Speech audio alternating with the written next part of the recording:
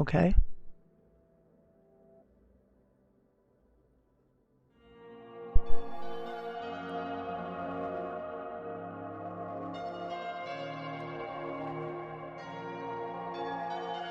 What?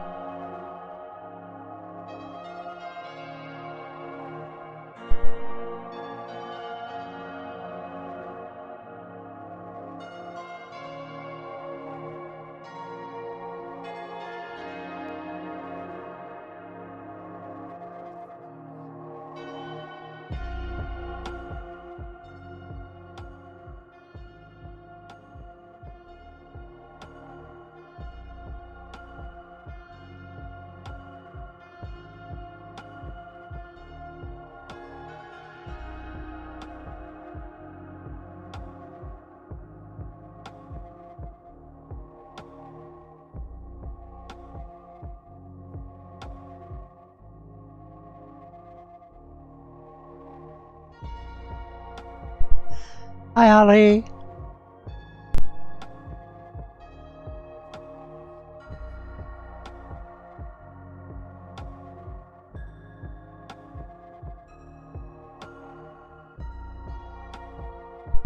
Trish is just getting her stuff together.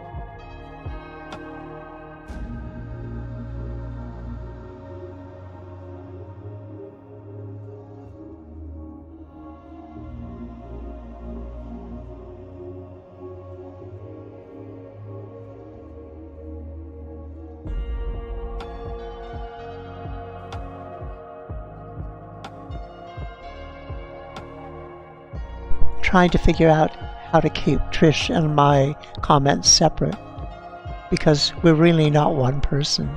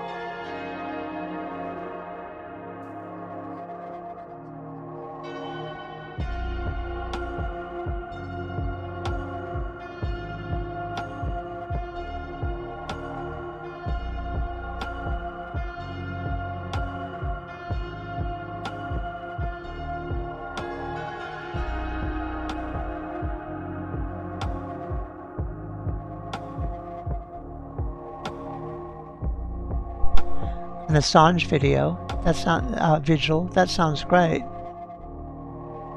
Holly was at an Assange video on the 24th.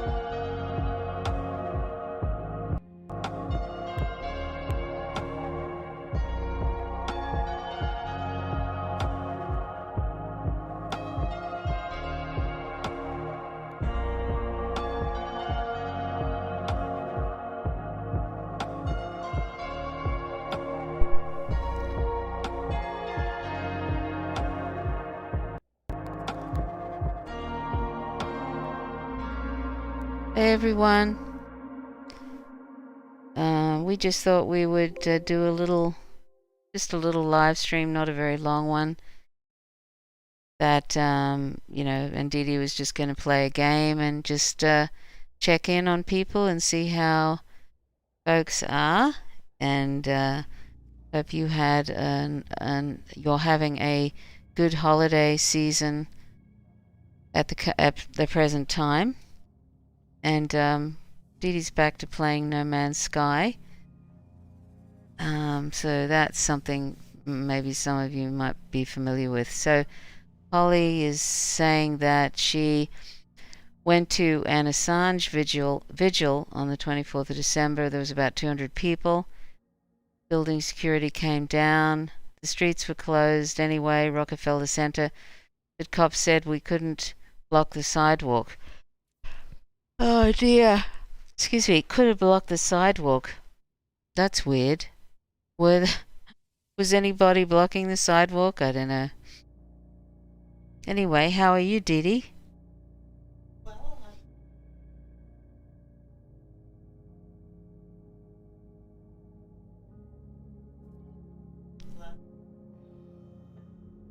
Yes, don't even bring it up.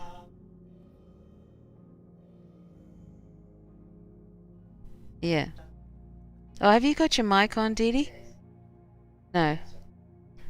Dee Dee's talking to Okay, herself. I'm talking to nothing. Okay, I'm talking with the mic Hi, now. Nathaniel. I was having a nice year so far, basically. Let me get Excuse me. my little guy out of the... So we're sort of in a kind of a self-imposed lockdown, Dee Dee and I, because they opened up the borders to international flights and things, and so from other states. It's been closed to other states and so on for a while. And as you may have noticed if you've had a look at it, Australia is, rapidly rising in Omicron cases. Yeah. And, that basically different states like New South Wales has just decided to just forego any sort of precaution and let it rip through the population. And I think there's a fairly reasonable percentage of people who are vaccinated, isn't there, Dee Dee, in New South Yeah. Wales? And in Tasmania, there's about 92% of people are vaccinated. So, and I'm double vax, and so is Dee Dee, and I'll probably be getting a third booster shot soon because they've cut down the waiting time from 5 months to 4, and I don't see that as I think that's viable? probably a good, not a bad idea, because apparently, according to empirical data, it seems like if you are double vaccinated, If you're triple vaccinated. most people don't experience, even double vaccinated. Double vaccinated is great. Yeah, triple vaccinated is better, but the third booster shot is better, but it seems like going by evidence in South Africa, the United Kingdom, and even in some people in the US have said that it is the symptoms are fairly mild, like a sort of a head cold almost, if you are vaccinated, double vaccinated, and 3 times is better. And so that is sort of something that is it gives a little bit of optimism that, but it's not so great for people who are unvaccinated, because the Omicron variant is only 11% less intrinsically pathogenic than Delta. So you can still get very sick from it if you have a completely naive system and don't have any sort In other words, if you're antibodies. unvaccinated. And unvaccinated, you may not suffer as much if you have had COVID and you have some antibodies, but that's sort of not a the antibodies from having COVID, they don't last, just as the vaccine sort of starts to wane after 6 months. So basically, my understanding is that the ability to stop you from getting COVID wanes. See what you've done, Dee Dee? You've mentioned COVID, and now we're talking about it. Go on. No. Okay. Go on. But I mean, it's also what's going on in our lives at the moment. Sure. Yeah. The ability to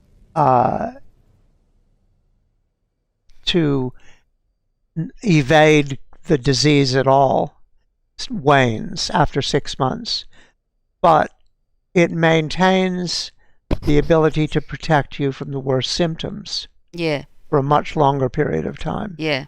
Because there are different elements of the immune system that are in play. Mm. So if the vaccines are active, it cuts out the chance of getting COVID by about 80%, which leaves 20% for possible breakthrough cases. Yeah. But even if that declines and you're liable to get it, the symptoms won't be nearly as bad. And that's maintained for a longer period. I don't know if they've worked out how long. Yeah. I think it's at least a year. Yeah. But a third vaccination apparently sets you up well. I have some issues with third vaccinations because there's an awful lot of the world that hasn't been vaccinated yet. Exactly. And if the ex-colonial country, the ex-imperial countries are all using up the vaccines or booster doses and not giving them to the ex-colonial countries, then the global south gets stuffed up yet again. Yeah. Hopefully, and that's not so great. No. Hopefully, like Vietnam is getting Cuban vaccines, and they're getting the Sputnik Russian vaccine, and then they're developing 2 of their own vaccines. Anyway, I mean, I don't know.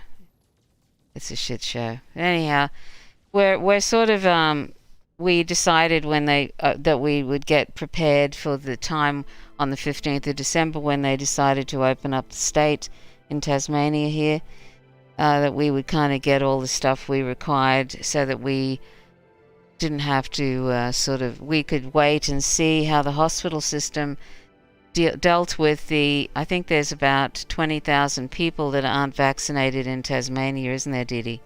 I don't know. I think we're up to like 92.5% or something. We're up pretty high. Oh, okay. I thought they said something like there was 20,000 people that weren't vaccinated. Yeah, I'm not positive. Anyway, but that's a lot if they suddenly have to go to hospital because, they don't experience just a sort of a flu symptoms. They get some full-on symptoms that require hospitalization. So who knows how that's going to go.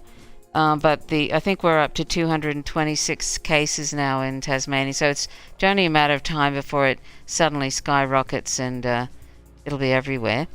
Yeah. Endemic. And they don't seem to care about that anymore. No.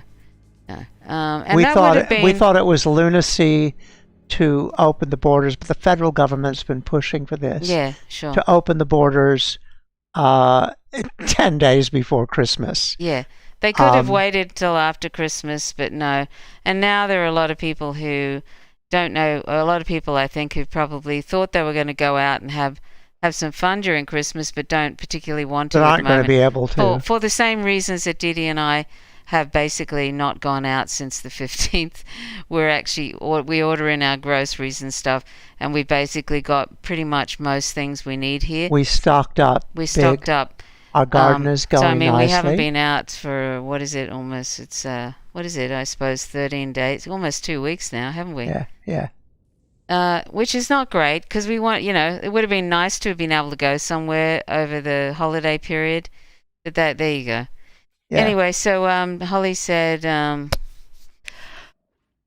excuse me, let's see, and has Vietnam got Sinovac as well? And she said, I think more so. pediatric hospitalizations here, 31%, I think. Yeah, that's true. Where did I hear that? That's right, on Democracy Now! I heard that there's a lot more pediatric. I think pediatric vaccination cases are getting to be kind of high in the UK why is that as well. happening, Didi? Pediatric cases with this particular thing. Well, I would imagine it's partly because this is very contagious and kids aren't vaccinated. But why? But wasn't Delta contagious? Why were they not? I don't know. I think it may just be more contagious. Okay. So, well, anyway. I think the Omicron is a bit different than the others have been. Yeah.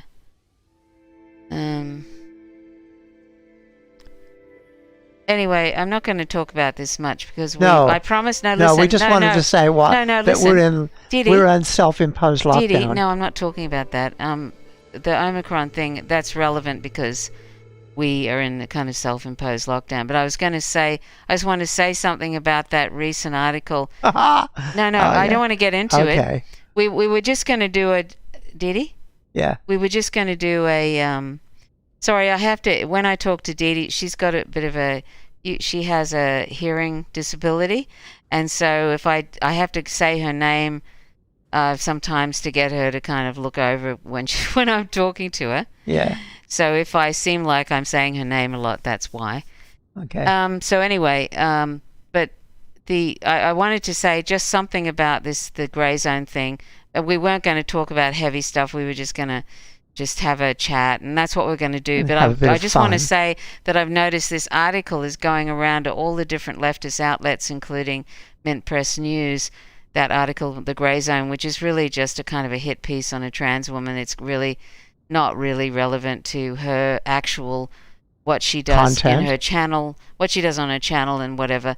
But anyway, so it's unfortunate because a lot of people sadly take the Grey Zone as a really good and well-researched journalism outfit, which they have been, And Which now they have been in relation to imperialism. Yeah, and now they're putting out stuff that is not really very good journalistically, I think. It's only good in that they've uncovered about Valent projects, which that is good. But they knew about the Valent project. But the association with the association of Abigail Thorne is kind of like laughable, really, in that she is not remotely into any sort of CIA psyops and stuff. So anyway, what I'm trying to say is that it's really unfortunate now that because a lot of other journalists, leftists have seen this article on the Grey Zone, they just assume that it's actually a researched article and that there is truth in it. And there is some truth in it, but there's also smeary stuff in it and overreach. It's a real stretch. Yeah. So yeah. I mean, I saw that on Bet Media, should we just summarize it? And I talked to Karim from Bet Media just before on his channel, and I really like Karim. He's does stuff in the Internationalist Leftist Coalition and the Revolutionary Blackout, and he has his own YouTube channel, Bet Media. I sort of said to him because he mentioned this article in a thing about YouTube algorithms in a video he just did recently, and he sort of said, yes, I just assumed that the Grey Zone article was okay, and that's the thing, and that is a problem. So anyway, Grey Zone's not so good lately, sadly. Hi, Agneta Waiter. What does that mean, VASTECH? Is that sort of What? Is this some sort of a? Oh, that's a troll thing. Okay, there are these trolls that put out that. Okay. Just get rid of them. Yeah. I see. Okay. That's weird, isn't it? Yeah, Karim is good. Anyway, so that's all I wanted to say. You can say something about the article if you want, Didi. Okay. Yeah, go ahead. Yeah. Now we're breaking our own rules, Holly. Yeah. Basically, the article said that Abigail Thorne from Philosophy Tube, who was a prominent trans woman, very, very prominent. She transitioned last year, I think it was, almost a year ago. Yeah. And that was big news. She's very prominent in the UK as a trans person. She mainly does she's done like the so-called other breadtube people. She's done a bunch of anti-fascist and anti-capitalist videos, and otherwise she does mostly philosophy type essays. Yeah. She started her channel just trying to give some of her degree, the information she got from her degree, to ordinary people and make it accessible. She's done stuff on a lot of liberal kind of social justice issues like Islamophobia and rent and homelessness and public housing, that kind of thing. Anyway, the Grey Zone article basically said she is doing some sort of a public service announcement thing or little video on COVID, which means she's an enemy of Max Blumenthal. And she's doing it for the Royal Institution. And the Royal Institution is something set up by the royal family. I think Prince Charles is their patron, just like royal people are the patrons of almost all charities in the UK. And but the Royal Institution, if you look at their website, they're basically saying where science has a home. And they have all these little videos by various people about various science topics. They're very into encouraging STEM, which is science, technology, engineering, and math for girls. And they've done a couple of things on COVID, trying to just basically explain what COVID is and how the immune system works. And apparently they've got Abigail Thorne to do one of these things. Now, she hasn't done it yet, so we don't know what she's going to do.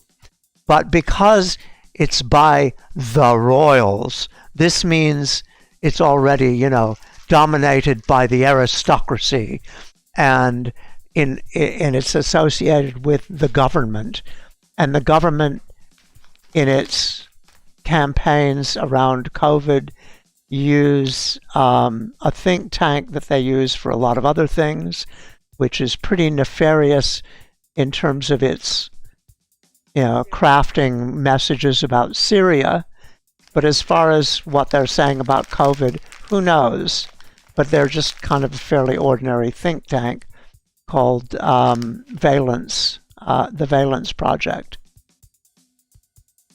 Isn't that what I just said? Valent Project? Yeah. Okay.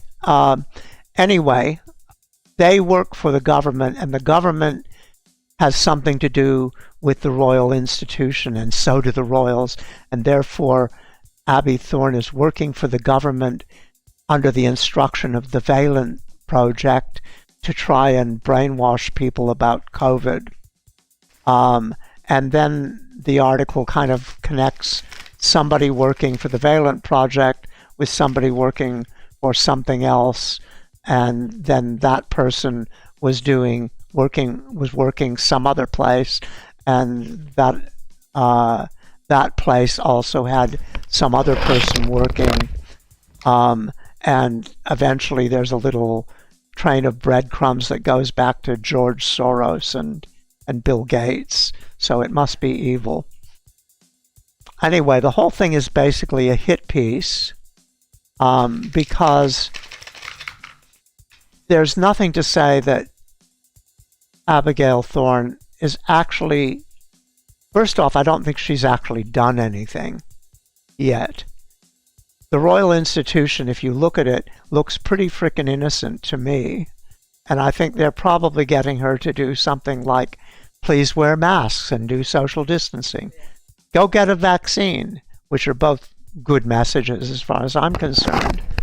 I very much doubt they have anything to say about vaccine passports or mandates, because public service announcements don't really talk about that stuff because it's controversial. Okay, so that's all she's done, really, and she hasn't even done that. So how they've suddenly turned it into, and now BreadTube. Yeah, she hasn't even done anything yet. She hasn't done anything yet, but now BreadTube is getting funded by the CIA and putting out evil crafted manipulative messages. Why they picked on Abigail Thorne, I don't know, aside from she's doing this little ad or video for the Royal Institution. But she hasn't mentioned the vaccines, as far as I know, anywhere so far. And she certainly hasn't talked about imperialism. I don't think any of those people, I mean, BreadTube generally considered is Abigail Thorne, ContraPoints, H-Bomber Guy, and Lindsay Ellis. Lindsay Ellis has just announced she's leaving YouTube altogether. Yeah. But those four people, because they were doing the anti-fascist stuff and anti-capitalist stuff in a kind of clever way, and in the days when YouTube was full of fascists, it actually seemed to help. And that's when the media started talking about BreadTube. But there is no actual BreadTube. There's no meetings. There's no communication. In fact, it's as that fellow said, it's a Reddit. It's a Reddit thing. Reddit /BreadTube. Yeah, it's something on Reddit that they talk about. But honestly, like aside from those four, who are the ones the media mention all the time, whoever is on it is pretty vague. A few people include people like Sean or uh, what's that name? Tom, the fellow you did, Tom Nichols. Yeah, Tom Nichols. Tom Nichols, Sean, Mia Mulder sometimes gets included, mostly not. I think T1J, who's a black. Now, why doesn't Mia Mulder get? Mia Mulder, by the way, she's not big enough. Basically, Mia Mulder is another trans woman too. And, she's a historian, and she does a lot of the similar sorts of things: video essays, anti-fascist, anti-capitalist. Yeah, go ahead. Yeah, but she also she's done some stuff on war, hasn't she? Against war. She's done stuff about war. Yeah, and it's anti-imperialist stuff. Yeah. I mean, that's the apart from putting Vaush aside, who I don't even think they consider him part of that. I don't know anybody who would consider Vaush part of BreadTube. And he's really totally inconsistent with the rest of the group. Yeah. So they've managed to tie Vaush to everybody. Yeah. And I'm sure none of them would want that. No, I think a lot of them really don't like him. No. Vaush is more like the debate bros than anything else. Yeah. But he's does a lot of stuff on Twitch and stuff. Anyway, these other people don't. Yeah. They do video essays that are pretty well researched. Now, aside from those four, who's on it? Generally, the people who get linked to it, in one way or another, strongly or less strongly, are people who do video essays that are pretty well researched from a leftist perspective, from a liberal perspective, social justice perspective.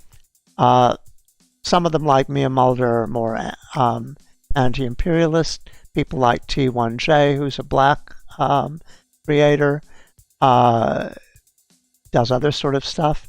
I don't know if FD Signifier gets considered to be part of that. I don't know if people like Khadija Mbawe do. They should, they're all kind of similar in a way, except Khadija and Cat Black and T1J and FD Signifier are all black. Let's just say if they're doing anything nefarious, it's certainly not in front of everybody or on YouTube. It's certainly not evident. No, it certainly isn't. The co-author except of this, for Vaush. Vaush definitely. Yeah. I thought he's Vaush a weird psyop. Vaush is people know what Vaush does. He gets on and abuses people and debates and interviews people and. No, people who watch Vaush know what Vaush does, but most people think now that they've done this article which ties him to everybody, right? Now everybody thinks that they're all together. This is the problem, isn't it? He's only tied in there because Max has done some Faustian deal with Caleb Maupin. And Caleb Maupin he's transphobic and he hates BreadTube, basically. I think he's mostly jealous because the four people who usually get mentioned. He's rabidly transphobic. He really is. And he's rabidly transphobic. And I really think that's underneath it all. Yeah. It's a way of having a go at trans people because there's a few of them now. Yeah. Or trans-friendly people, and it's a way of having a go. Yeah, all that in group a sideways. Is pretty much It's one of those typical things that TERFs do, which is finds a way in to smear or attach nefarious things to trans people, and that is what I feel. I'm sorry, maybe this is a stretch, but I feel this is what the Grey Zone is doing via Caleb Maupin, and I expect there's going to be some other transphobic thing come out at some point again. Yeah. I don't think this is the last indirectly transphobic thing we're going to see from the Grey Zone, sadly. Yeah, it would be sad. But that might be the case. Well, I wouldn't be surprised. It might just be the case that he's made this thing with Caleb Maupin, who is an absolute transphobe. Yeah. In order to do some anti-vax propaganda. Maybe, I don't know. This all seems to be going together, just like I said Yeah, to you. it tends to go I said to you a few It weeks tends ago. to go together. Yeah, I Yeah. said to you a few weeks ago, I'm expecting Max to come out with something transphobic soon, and Yeah. boom! The minute I saw that, I thought, this is having a go at trans people indirectly. Yeah. That's what I thought anyway. Yeah. Yeah. You know, and I'm not against criticizing trans people, or not.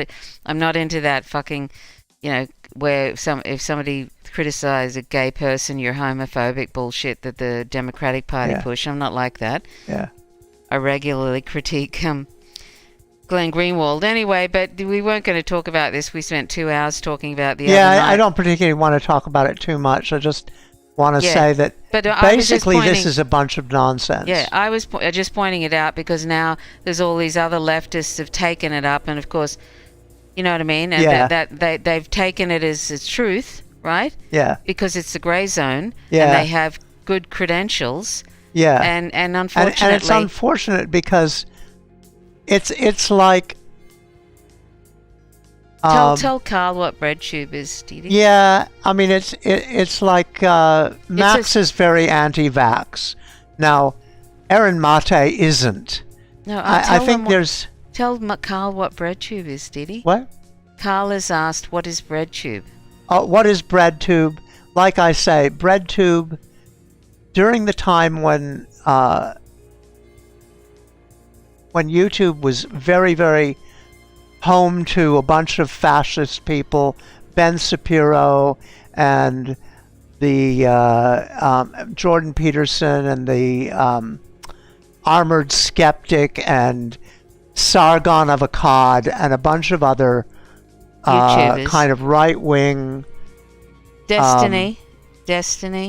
Well, Destiny is, I think, kind of a big mixed bag. I think he's very right-wing now, but I'm not sure he was then, people say. Anyway, whether or not he was or he wasn't, there were certainly, it was very much a radicalizing mess.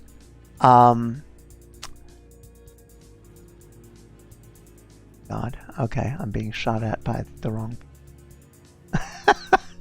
I'm gonna turn this off. The BreadTube was a group of people like basically ContraPoints, H Bomber Guy, Just explain, Dee Dee, what Lindsay BreadTube Ellis. is. What? It's not really an organization. It's not an organization. It's a few intelligent, well-produced YouTube stream people who did anti-fascist. And who gave them the name? Because that Things. guy on Lance from the Surf Times said it was a Reddit thread. A Reddit So thread. who gave them called it that name, BreadTube. Dee Dee? It comes from the conquest of bread from Kropotkin. Okay, but who chose that I name? think it was just some Reddit thread Yeah, got exactly. called BreadTube. Exactly. It's no organization. Anyway, You they're can't belong basically to it. anti-capitalist, probably social democrats, most of them. Somebody said some of them are a bit more radical than that, but I'm not sure. They're very successful YouTubers, and there were a whole bunch of articles that they were working to de-radicalize a lot of the people who've been radicalized by the fascists Yeah. on YouTube. Yeah. And this was, what, 4 years ago? I don't know. 4 or 5 years ago, this all happened. Since that time, you know, most of them haven't been making anti-fascist stuff. A lot of that, they've still got it up on their pages. That's there. But they've continued to make basically social justice-oriented posts that Yeah. are kind of liberal. Yeah. Anyway. Anyway, that's all they are. They're Yeah. a loosely connected group Yeah. of people who I think have become friends. I'm But not sure Vaush how isn't friendly part they of- are at Vaush the isn't- moment. Vaush, who is the problem, who Yeah, is this, now, who I hang on. think is a Vaush was, like I say, Vaush was never part. He doesn't fit the profile. no. He doesn't do video essays. He doesn't do liberal video essays, which all those other people do, right? And Vaush is a notorious kind of imperialist Yeah. and shithead generally. Yeah, and I've mentioned him. I've been talking about him on and off He's more like the for debate over bros. a year because I see him as a he's messing up what socialism and communism is. He's pushing right-wing talking points about imperialism. He's a problem. The other people are not. Well, anyway, but can I just say something? Caleb Maupin hates Vaush Yeah. just like he hates BreadTube. Yeah. So he threw him in. If we call BreadTube a thing, it's not really a thing. It isn't. No, so let's not use that term like it is a thing. It's not. Yeah. Anyway, but the thing that I've noticed that Max Blumenthal hasn't focused on, and that is the Koch brothers funding, the anti-vaxxer protest movement, and it's an elaborate network of non-profits that have been sort of pushing the anti-vaxxer narrative, and this is billionaire Charles Koch. So I posted something from Democracy Now. Now this isn't an endorsement of Democracy Now because they push imperialism too now, but that came from what's his name? That article. Yeah, there is an article. So I've put a link in there to Walker Bragman, who talks about billionaire Charles Koch funding anti-lockdown protests, anti-public health activism, research and messaging. And it's a very elaborate network that it's no wonder it looks so... It just never looked organic to me, and I was wondering if it was being funded by dark money, and sure enough, voila. Because it was popping up everywhere, and it just looked too organized for me, Yeah. So anyway, that's... but why isn't Max Blumenthal talking about that? You'd think that would be something you would want to mention, I know why he wasn't talking about that, because that talks about real things, and it's a much better connected thing about disinformation and the fact that the various corporate interests and right-wing think tanks are putting out messages to stimulate anti-vax protests, because they'd like everybody to be back working or various things. The enemy of thy enemy is my friend kind of thing. That sort of thing. Yeah. Meaning, if he's putting out, anti-vaxxer stuff, that's well and good for Max, yeah? Doesn't matter who does it, as long as it's being put out. Yeah. He's fine with that, so he's not going to mention that. Yeah. That's awful, though. Yeah. That's really awful, because that is so insidious, and it's actually, and this is where, unfortunately, sadly, the grey zone, or Max in particular, won't own, is that vaccine hesitancy that they're causing through their conflation of mandates and passports and anything else that will stick, right? Yeah. Has caused vaccine hesitancy, and that leads to people dying, basically. Yeah. And so if he's not going to at least mention that billionaire Charles Koch has been doing that, that's not right, because that's basically a huge influence, that has caused this shit show, basically. I mean, it's not Max, that is contributed to Australian shit show as well. Yeah, but he's just fine with trying to tar Abigail Thorne, a trans person, with connections with the CIA. Yeah. Based on the fact that she's doing a PSA. Some sort of an ad or video about COVID. Yeah. And I have to say, the UK at the moment, I think they have, a couple of days ago, they had 1.5 million active cases. Yeah. And on that day, that means, it's everywhere. Yeah. Their hospitals are being overwhelmed. Yeah. Now, the UK government actually, like Boris Johnson came out and said, we won't do I'm not going to put any restrictions on parties or anything for New Year's or whatever. That was questioned because the hospitals have been so overwhelmed. I think 40% of NHS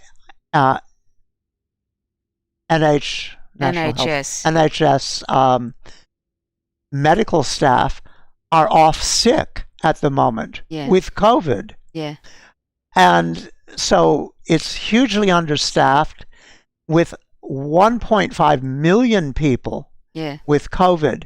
Even if the number of people who actually end up, with a hospitalizable condition is a very small percentage of that number, it's still a lot of people. Yeah. And the UK has a vaccination rate of 70%. Yeah. Which means 30% of the population is still bloody unvaccinated. Yeah. Which is a lot. And most of the people in ICUs are unvaccinated people. And New Year's is coming up, and everybody wants to go for a party. I mean, when they had Freedom Day, so-called, and said no more restrictions, the first thing everybody did was take off their masks and go out clubbing and stand next to each other. And, of course, there was a huge swell of things. But now we've got, the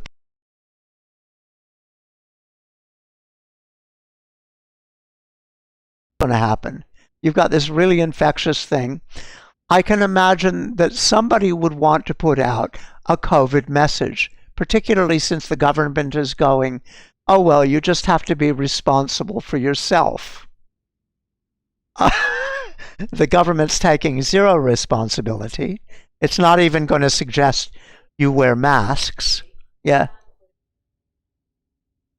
They can't put it back in the bottle. No. It's crazy. And since they can't put it back in the bottle and all of this sort of stuff, they're just going to have COVID everywhere.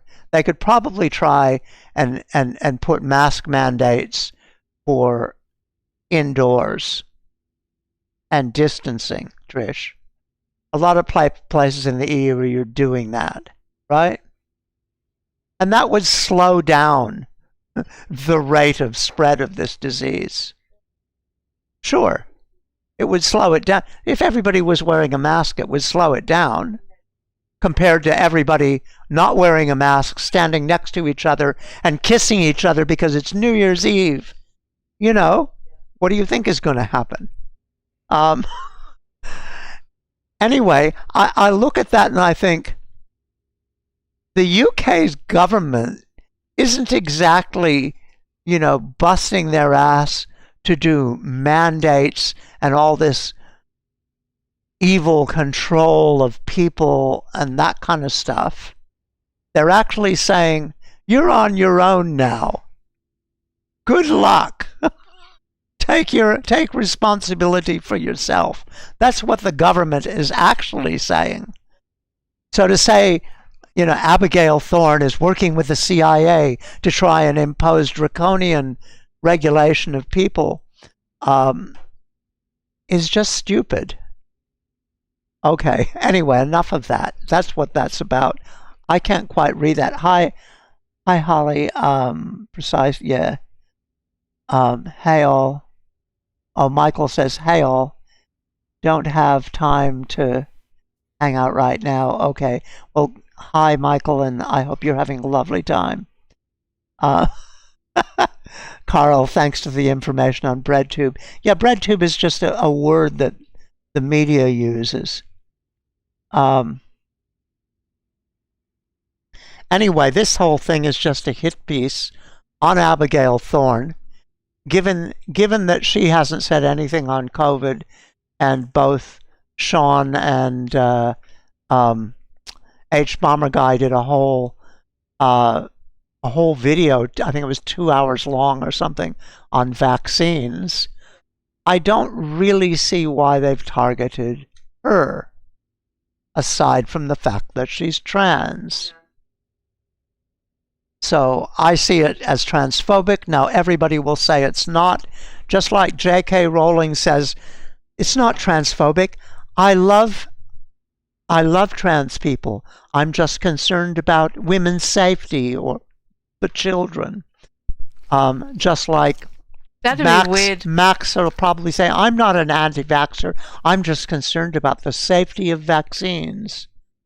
Yeah, it's what all of these people do. They just gaslight. Yeah. That'd be weird if you said, I'm not anti-black. I love black people. I don't know. That's a weird thing to say. Like, yeah, I'm not anti-trans. I love trans people. What the fuck does that mean? Well, J.K. Rowling said that. Yeah, I know, but that's what I mean. It's weird.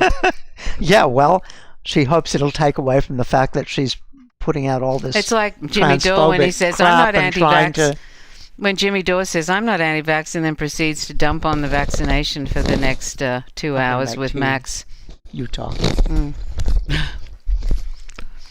So, anyhow. We weren't supposed to be talking about, we were just going to hang out and talk about nothing in particular. Something that some of my best friends, yeah, that's right, Holly. Anyway, I saw something. Yeah, Dave Chappelle. I have a trans friend and she's transphobic, but that's all right. That suits me fine.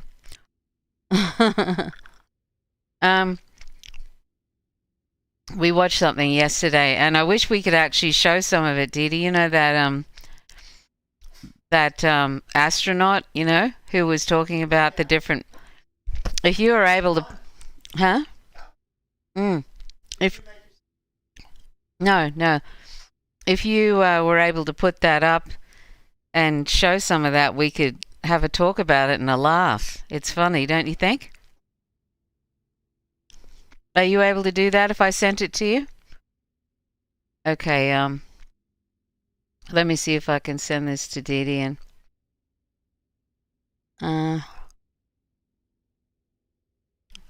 it was Vanity Fair, I think.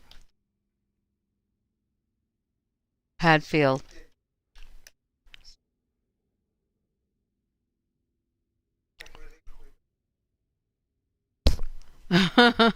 I'd rather not.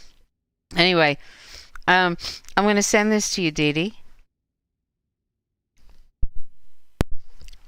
Let's see.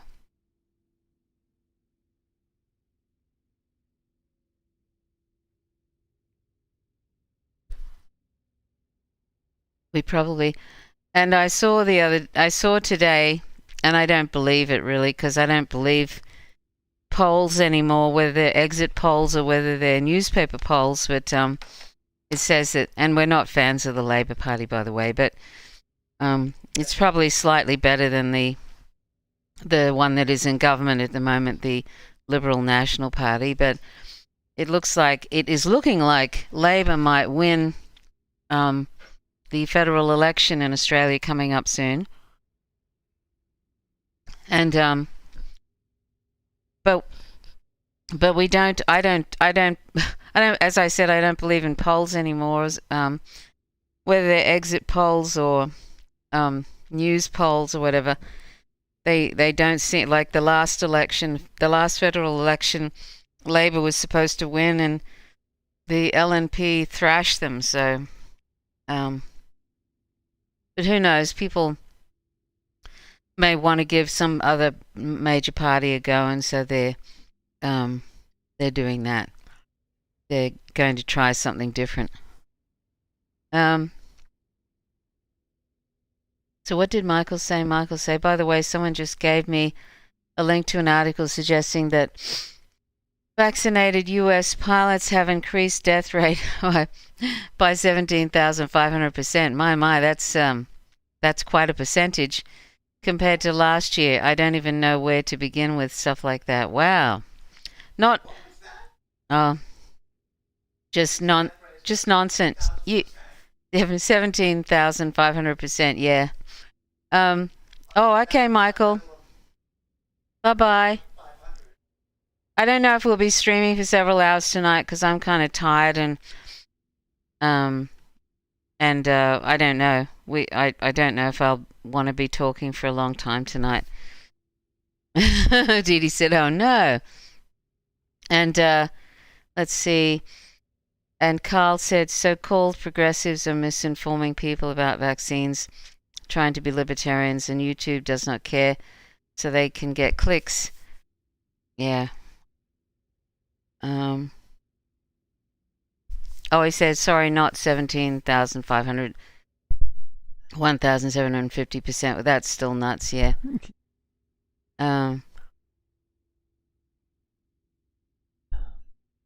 Yes, it's special when people start saying people are dying from vaccinations. Like it's not. I'm not sure. I have heard of people dying from a couple, 2 or 3 people died, didn't they, from AstraZeneca in Australia? And yeah, and if you follow some of the stuff, Professor, I think it's Holia he's a Norwegian professor that's been cited like 55,000 times in his research. He's a highly regarded sort of a professor of research. I don't know, scientist. Epidemiologist. I don't know what he is actually, but he's highly regarded. And he said that, I have to look it up. He said that he really believes that the accidental injection of a vaccine into a vein instead of muscle where it's supposed to go is what was probably causing the myocarditis, the perimyocarditis, and in the case of, say, AstraZeneca, maybe the thrombocytopenia.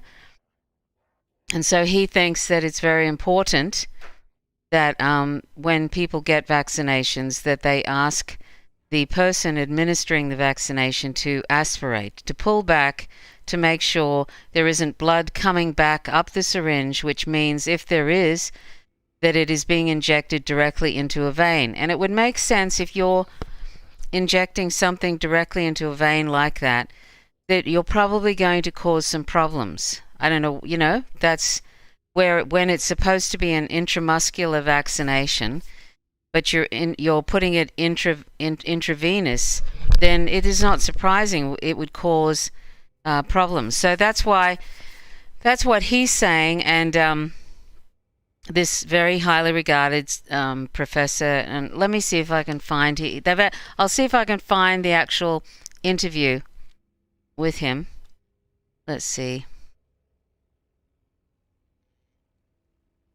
And so that is where this looks like it might be coming from, this issue.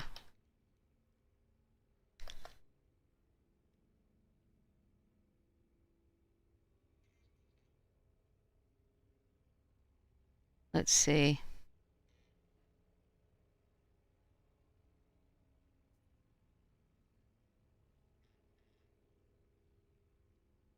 It's terrible that we live in a time where,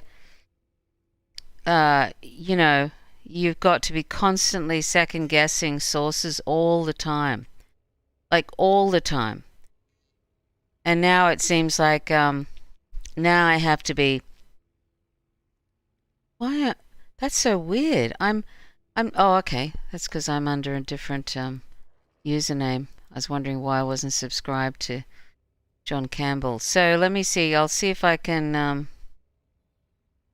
Here he is, Professor Hoiby. Professor Hoiby. Let me put that in the thing.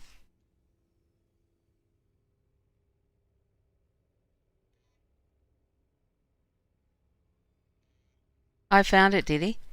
Professor Hoiby. Hoiby. Oh, now listen, Didi, I've sent you that, the space thing. Can we watch it? Because it's funny. Don't you reckon? So John Campbell interviews Professor Hoiby, who has a message for on Twitter, world leaders. So that's really interesting about this particular issue. Let me see if they actually mention who Professor Hoiby is, like his credentials.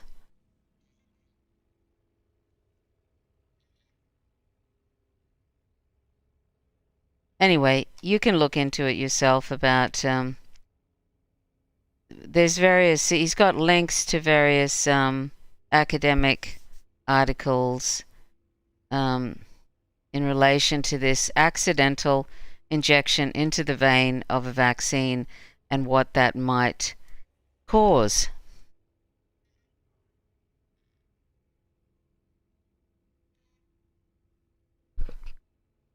Oh, what are we looking at now, Dee Dee? Future Super. Oh, this thing. Okay, great. This is funny. Oh, hi, Tom. Always good to see you. Oh, hang on a sec. Before you start, Tom said something here. Just wait a minute. Trish, I grew up in a time when there were no other sources to check. Yeah, now there's gazillions of sources, but we still don't know what's good and what isn't. I mean, that's the problem now. It's like you got to think about every source that you and you know, every time they put out something, you have to sort of think, okay. So Vera Tur said the aspiration theory is not very likely to be a problem according to my mother, who is a nurse. I'm not sure what to think. Well, I'm just going by. I'm a former nurse. I'm just going by what the that used to be something that they used to suggest to nurses. Always aspirate before you inject an IM injection. That's the idea. It's supposed to be intramuscular. It's not supposed to be an intravenous injection. And this Professor Hoiby is sort of a fairly heavily cited professor, and he thinks that it's a real issue that is causing this periomyocarditis, and possibly in the case of AstraZeneca is causing that thrombocytopenia. Anyway, I just thought I'd mention that. I put a link to that. You can make up your own mind and stuff. But now we're going to do something kind of fun. We're going to look at this. We'll have to, Didi, so that we don't get hit with copyright stuff, we're going to have to stop it every little while to talk about it. Okay. So, but it's kind of fun. Here's an astronaut, his name is Hadfield, who is talking about the various, you know, sort of various movies like Gravity and that, you know, and sort of critiquing them from an astronaut's point of view. So it's kind of funny. Yeah. Let's do that, Didi. Yeah.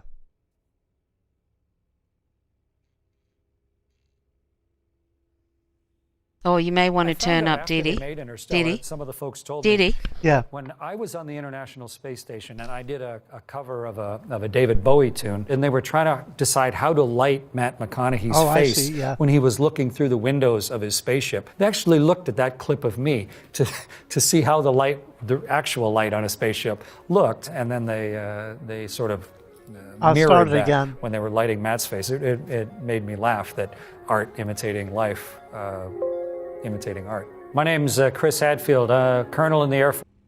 I found out after they made Interstellar, some of the folks told me that when I was on the International Space Station and I did a cover of a David Bowie tune, and they were trying to decide how to light Matt McConaughey's face when he was looking through the windows of his spaceship, they actually looked at that clip of me to see how the actual light on a spaceship looked, and then they sort of mirrored that when they were lighting Matt's face. It made me laugh that art imitating life, imitating art. My name's Chris Hadfield, Colonel in the Air Force, astronaut, flew in space 3 times, commanded the International Space Station, did 2 different spacewalks, used to be a test pilot, engineer, downhill ski racer, occasional guitar player, and we're here today to look at some scenes from different space movies.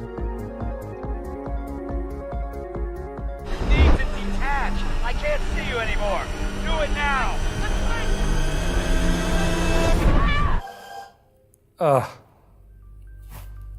This is Gravity, and this is the scene where the Space Shuttle Explorer is orbiting the Earth, and they're doing repairs on the Hubble telescope, and they go through some sort of asteroid debris field. Okay, well, that's a nice concept. And can everybody hear this okay? Because we just wanted to show a few little clips, And I'm here, having a hard time getting it right. and Dee Dee's having a hard time. We didn't talk about what we were going to do tonight, so sorry if it's a bit klutzy. We weren't even going to actually do anything in particular. We were just going to hang out with people for a little while, because the Christmas thing we were supposed to be doing was ended up being about the Grey Zone article. So we never got to just hang out with people in this the holiday kind of thing. But we just saw this the other night and thought it was kind of funny, and so we were going to try and we'll have to stop it every so often, unfortunately, otherwise we'll get hit for copyright just playing it. So excuse that annoying thing. And I'm going to have to try and listen to it through the TV because I can't hear it in my headphones. So Tell me if the sound. yeah, tell Dee Dee if the sound is kind of lowish. Do you And think? of course, he was playing Space Oddity. Yeah. Okay then. All right, so you can go, Dee Dee.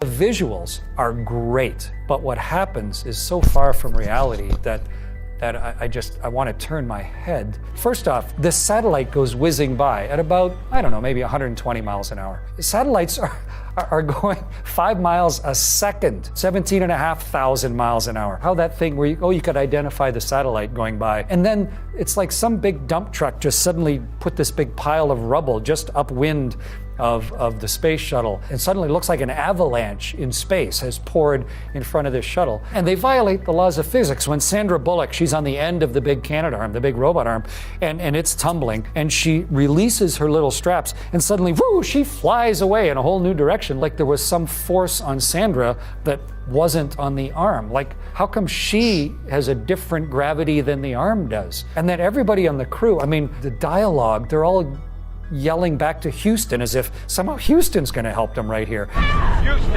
I've lost visual of Dr. Stone. And George Clooney is...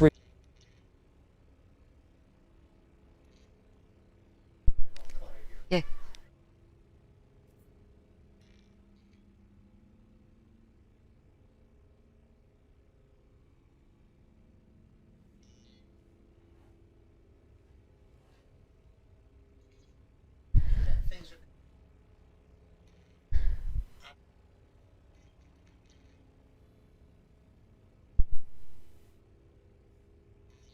Yeah. Yes. No. Yes, they sort of assume that they suddenly think that it's on Earth.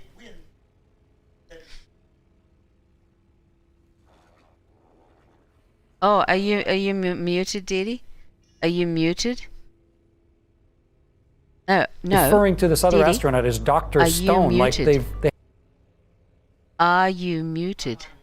I didn't think so. Am I on now? Am I on now? Hello? Yes, I'm on now. I can see. Okay. Okay. Anyway, let's do some more. Okay.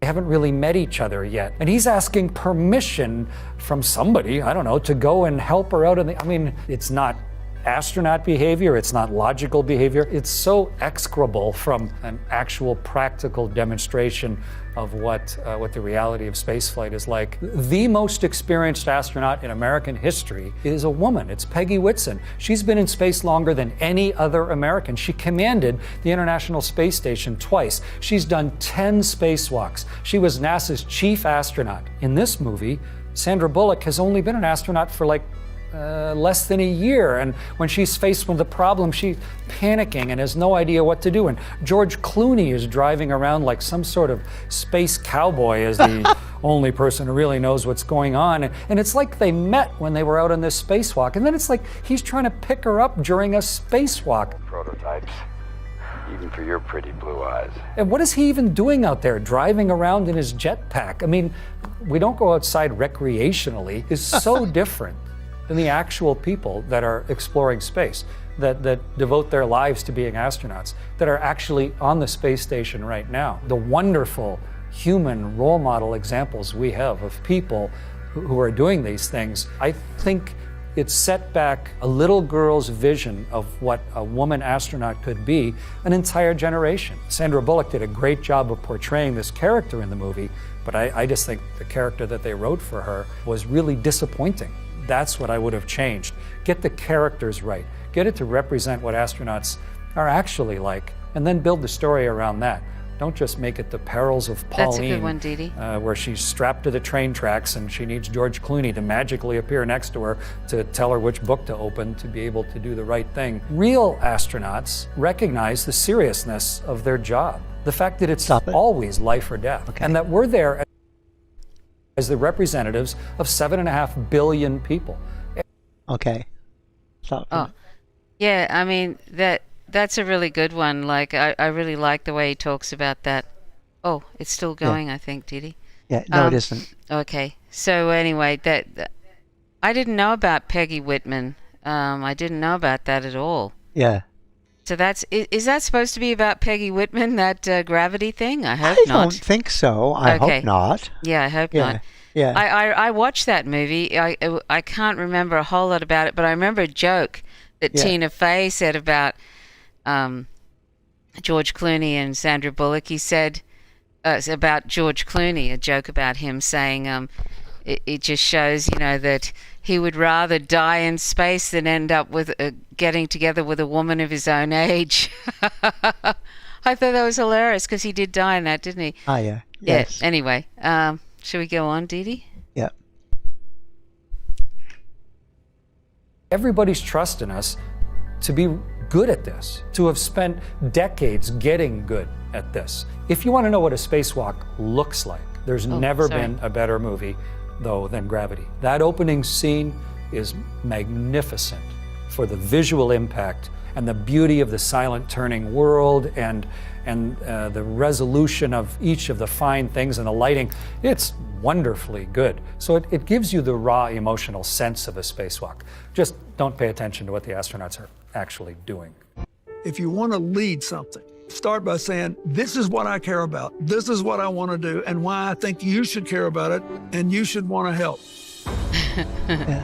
Hardly a day goes by that I don't think how Dee Dee, fast my life can you- has flown. How I can you remember skip as if it that, were Dee Dee? yesterday, the first day I became president. Oh, no. This movie is Passengers. So if you're going to get on a ship and you're going to be on it, between stars, going to settle some planet in another solar system, you That's can't what be you wanna floating see, Bill weightless the whole Clinton. time. Who knows what your babies would be like if they were conceived and developed and tried to grow without gravity. Their bodies wouldn't grow right. So how do you make gravity if there's no planet nearby? One way, of course, is just like we do in a little experiment where we spin it in a centrifuge. You can spin the whole ship, and then everybody is sort of pinned against the outside of the ship just by the centrifugal force, and that feels sort of like gravity. If you shut off the spinner, then it would continue to spin let for quite a it go while. There's until we really finish nothing talking. to slow the spin down. And that's one of the big scenes in Passengers. The ship has a problem, it stops spinning, and therefore everything becomes like on the International Space Station and starts floating. So I'm not Okay. Yeah, I mean, that's an interesting. I thought that was interesting, too, the way the ship is designed in a kind of spiral, Yeah. which would work really well if it was going through wind. Oh, yeah. If it was going through air, it would kind of turn it in a spiral. Yeah. But if it's just going through space, there's nothing it's going through. There wouldn't be any friction on it at all. Yeah, yeah. Everything continues to move in the same direction at the same velocity, Yeah. unless a force is applied to it. Yeah. Um, So Dee Dee, Yeah. in if there was a spaceship like that, yeah, to keep people, sort of planted firmly on the ground, yeah. would you have to have some sort of centrifugal sort of force? Yeah, that's the way. I think since the 50s, I know I looked at this sort of stuff because I was very into space when I was a kid. I think I got a comic about Werner von Braun or something like that, which was a bit of a propaganda piece, seeing as he was the Nazi scientist who invented the V2 rockets. Yeah, I think Yeah, go on. Disney did some sort of a show about him. And anyway, like ever since the 50s, they've talked about the idea that you would just spin the ship, Yeah. and of course, all you have to do is start a jet at the edge, and it will start spinning. Right. You know, you do a couple of jets in opposite directions, it starts spinning, and because there's no friction, it never slows down. Right. All you yeah. have to do is start it off, turn the jets off, and it keeps going. Yeah. Yeah. Now, that if it's going fast enough, it pushes everything out towards the edge, Yeah. and so all of the outside edges become the floor. So in, say, Star Trek and Voyager, they don't really have centrifugal sort of force, do they? No, So- they have what they call gravity plates, Yeah. which I is think- a Star Trek woo-woo magic that somehow or other they have plates that make it gravity. But I always get tickled when, you know, in Star Trek they show the ship kind of tilting sideways, and then they show people all Oh, kind of yes. falling sideways, Yes. and that wouldn't happen No. because it's that wouldn't happen. space. Yeah. There is no gravity except the gravity plates. That's right. They liked it. They used to do that in, was it Lost in Space? They'd be hanging on to one side of the thing. Oh, no, Yeah. and Star Trek, the original series, they would Yeah. be falling, racing over to the other side of the ship, then Yeah. racing back. Yeah. That would have been hilarious Yeah. to do. Anyway, Okay, we go back to the Yeah. real space. Not sure why, when it starts losing power, the ship suddenly starts slowing down. Bill You'd actually have to Clinton, put yes. big brakes Sorry. onto it to stop all of that metal from spinning. I'm not sure why the ship didn't just sort of blithely keep on spinning as it drove into the asteroids. But would have been a worse story if that had happened. So let's say, all right, the ship stops spinning. Now everybody's got no gravity, and one of the characters is in a swimming pool. So what happens to water without gravity? On board the International Space Station, we played with water all the time. You could squirt it and it would just float there in front of you. It naturally, with the surface tension, goes to a perfect ball. That's the easiest shape for it to go to. So if you had a swimming pool held in place by gravity and then the gravity went away, the water would have some inertia as the ship slowed down, and it would slosh. But then the water would almost look like a big blob slowly forming itself into a ball. And I think that's quite well shown. And the weirdest thing is, if you were in the water at the time, how would you even know which direction to swim? Which way is the surface if there's no up or down? Even if you started swimming one direction, the blob is flexing, and the way you're swimming might be getting further away from you. So that was a very compellingly accurate scene, assuming there's a swimming pool on board. Yeah. One of the things about the that question of how would you know which direction? Well, the obvious answer is the direction is out. excuse me. Any direction would be towards the edge. Yes. Well, in a that's what I ball. was thinking. Yeah. I mean, you Yeah. don't have to know exactly. And it's all, water. You can see through it. It's all You can see direction. her, so she can see out. Yeah, Yeah. that would be really freaky, though. Yeah. If you were caught in it. Yeah. Do you think that would happen? I don't know. Oh, That you'd get I think caught it'd in be it pretty like weird. that. Yeah. I guess you could. Yeah. Yeah. Yeah, it's that's a good one. Yeah. Anyway, Spaceship. Do we do The some way it resolves, though, Anybody finding this it kind of interesting? bends the I thought edge it of was probability. I 'Cause thought it was if you kind of spin fun. the ship back up again, I then love you seeing the generate looks the on his centrifugal face when force, and something's the water really would get ridiculous. squished back down into the pool side of the room. But it would take a lot of force and time to take a ship that is stopped, this great, big, massive metal thing, and get it spinning again. It wouldn't be like nothing and then bang, gravity, like it's portrayed in the movie, where suddenly everyone is going bang into the floor as if gravity was an on-off switch. But that wouldn't have been as visually compelling and allowed the crew member, the young lady, to, on her last dying breath, to burst out of the water and stay alive. No. The CGIs wouldn't have been nearly as exciting. We're coming in hot. Oh, yeah. Okay. This movie is Armageddon, which is sort of the disastrous end of everything. And I think that's an appropriate name for this movie. I haven't seen it since I turned away from it when it first came into the theaters. This scene here, where the two space shuttles are landing on an asteroid. with the deep sea worker blaster guys who are going to blow up the asteroid so it doesn't destroy Earth. There are so many things wrong with this that I don't even really know where to begin. Let's start with the fact that they're talking to mission control real time.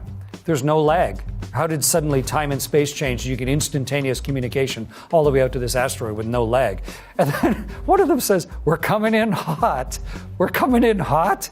Relative to what? What are you talking about? And how do you know that? Do you have some magical landing information about an asteroid so that you know you're going faster than you meant you were supposed to? And then if you watch as the shuttle comes to land, it flares. It slows down so it can touch down on the asteroid, like by pulling back on the stick. There's air on an asteroid. I mean, what made that magically happen? And there's these weird video game displays in the space shuttle that allow you to, suddenly you're flying in the game Asteroids, and the crew is, everybody's panicked and yelling at each other. The big engines on the back are constantly running. Where's the fuel coming from? There's no gas tank. So they'd be accelerating the whole time. So what are they doing that for? It is as atrociously bad as any space movie that was ever done. It's so bad, it's tragic comic. I'm glad they safely landed on the asteroid, but it's just atrocious. Yeah, that was interesting. Yeah. I thought, the one of the worst things was having the rockets in the back firing, which would just be making it accelerate. Yes. Yeah. Actually, I find him funny because I feel the same way when I see a lot of different medical shows. And I think I'm kind of shouting at the screen saying, what the hell are you doing that for? Why haven't you gone and gotten this? Or called this, or why are you all allowing the relatives to be hanging over the patient while you're trying to resuscitate him and all that kind of stuff? It just sort of makes me laugh. That's your thing about medical movies. That's right. But he's got a similar thing when he sees space movies. It's like you can see he's totally it's ridiculous, like coming in hot, that kind of thing. I'm going to just leave this up while the ads are on so that people don't have to look at the stupid ads. Okay. God. What's the abort force? Okay. Okay, here we are. 7,500. Hey, Trish, why don't you read some of the comments? I can't read them. Can you read them for me? Yeah.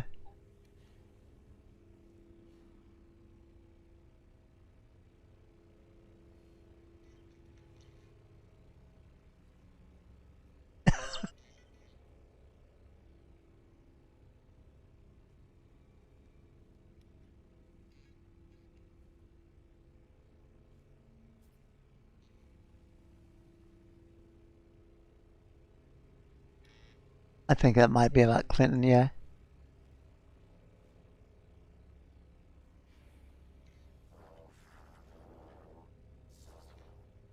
He actually talks about that later on in this. Yeah. Yeah. That was the one everybody took acid I was and talking watched? without my microphone on. I'm sorry. That was the one where everybody dropped acid and watched it. Yeah, that's right. I was doing all of that without the microphone on, I think, Didi. Sorry. Oh, no. Sorry about that. I just read through some comments and I didn't put my microphone on. That just shows how dopey I am right now. Do it again. Anyway, so I was just saying about Space Odyssey. Yeah, that like Carl said, 2001: Space Odyssey was an accurate science fiction, and he seems to like that too. Of all the movies that he reviews, that was one of his favorites. Yeah, one of his favorites. Yeah. Okay. I saw that, Didi. I saw 2001 in a movie theater, and I think it was 1980, or was it? No, sorry, 1979. Oh, yeah. And I actually thought it had just come out. That just shows how clueless I was then. I thought it had just come out, and I was seeing it in this place called the Village Twin, and it had all these weird little lights in the theater and stuff like that on the ceiling, and I thought it was a sort of a recent movie, and I was really shocked many years later to hear that it That it was had come out. quite that was come out when I was 8 Yeah. years old. Yeah, Oh, okay I, then, Tom. I saw it when it first came out. Nice to see you. Yeah, it was wonderful. Okay, so Let's go. yeah. Anything more than that, and I'm after Tim. This is You The saw it when Martian. it first I like came how the out. one crew member is wearing his name tag in the middle of his chest. It's a little far along in the mission to be wearing your name tag. Mars is an interesting planet in that it has dust storms. We can see them through our telescopes from Earth.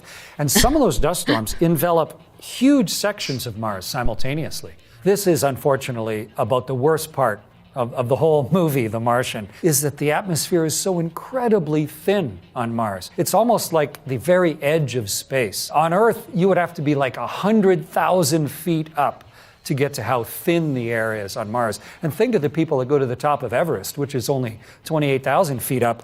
Almost all of them need oxygen just to be able to get to the top of Everest. And this is, 4 times as high as that. If the air was blowing incredibly fast, there'd be so few air molecules going by you that you'd hardly even feel them. And there's no way you could pick up all those big pieces and blow them and knock Mark Watney over. And it's a slow, cumulative change of seasons on Mars. The people that made the movie just decided the gravity on Mars is the same as the gravity on Earth, even though it's actually only 38% of the gravity. So Matt wouldn't be quite that hunky on Mars. He wouldn't be solidly on the floor. He'd only weigh 1/3 as much as he does on Earth. So he'd be a lot more bouncy moving around and things would move differently. Mark Watney, played by Matt Damon, is trying to find a way to make enough food to last until he can be rescued. All he's really got are potatoes, but potatoes are simple and they grow and multiply. So he needs a few things. He needs water. He needs nutrient-rich soil. He needs heat, and he needs oxygen. I'm gonna have to science the shit out of this. It makes sense, actually, that they're growing plants on Mars. If you're going to live there, you can't bring everything in little tins and dehydrated packages. You got to grow food where you go. We've been growing stuff on spaceships for decades, and so the movie ends up being very good for how could you get that little environment for one human being and his crop of potatoes to grow on Mars. The idea of using Okay. We'll have a little stop and we're having fun gardening at the moment because unlike the Northern Hemisphere, it's the middle of summer here. Yeah. Australians always have fun with all the holidays that are geared around winter and that kind of stuff happening in the middle of summer. Anyway, we've been busy weeding and the grass has mostly stopped growing. It's getting very dry. Yeah. And we've had to start watering. Yeah. We got our first crop of cherries that we actually got some of. Yeah. It takes about 2 hours or 2.5 hours to water all the different trees and this and Plants that. And so that's kind of fun. I really like doing that. Yeah. Yeah. And it's one of Trish's favorite jobs. And the cats like walking around with us, and Nandi every so often throws himself on his back and rolls around wanting me to rub his tummy. Yeah. Nandi's the big black cat that you Ollie see is in the little black cat, and Yeah, she Ollie- follows me around like a little puppy. Yeah, they're And so keeps funny. me company. She'll just find a nice bush to lie under.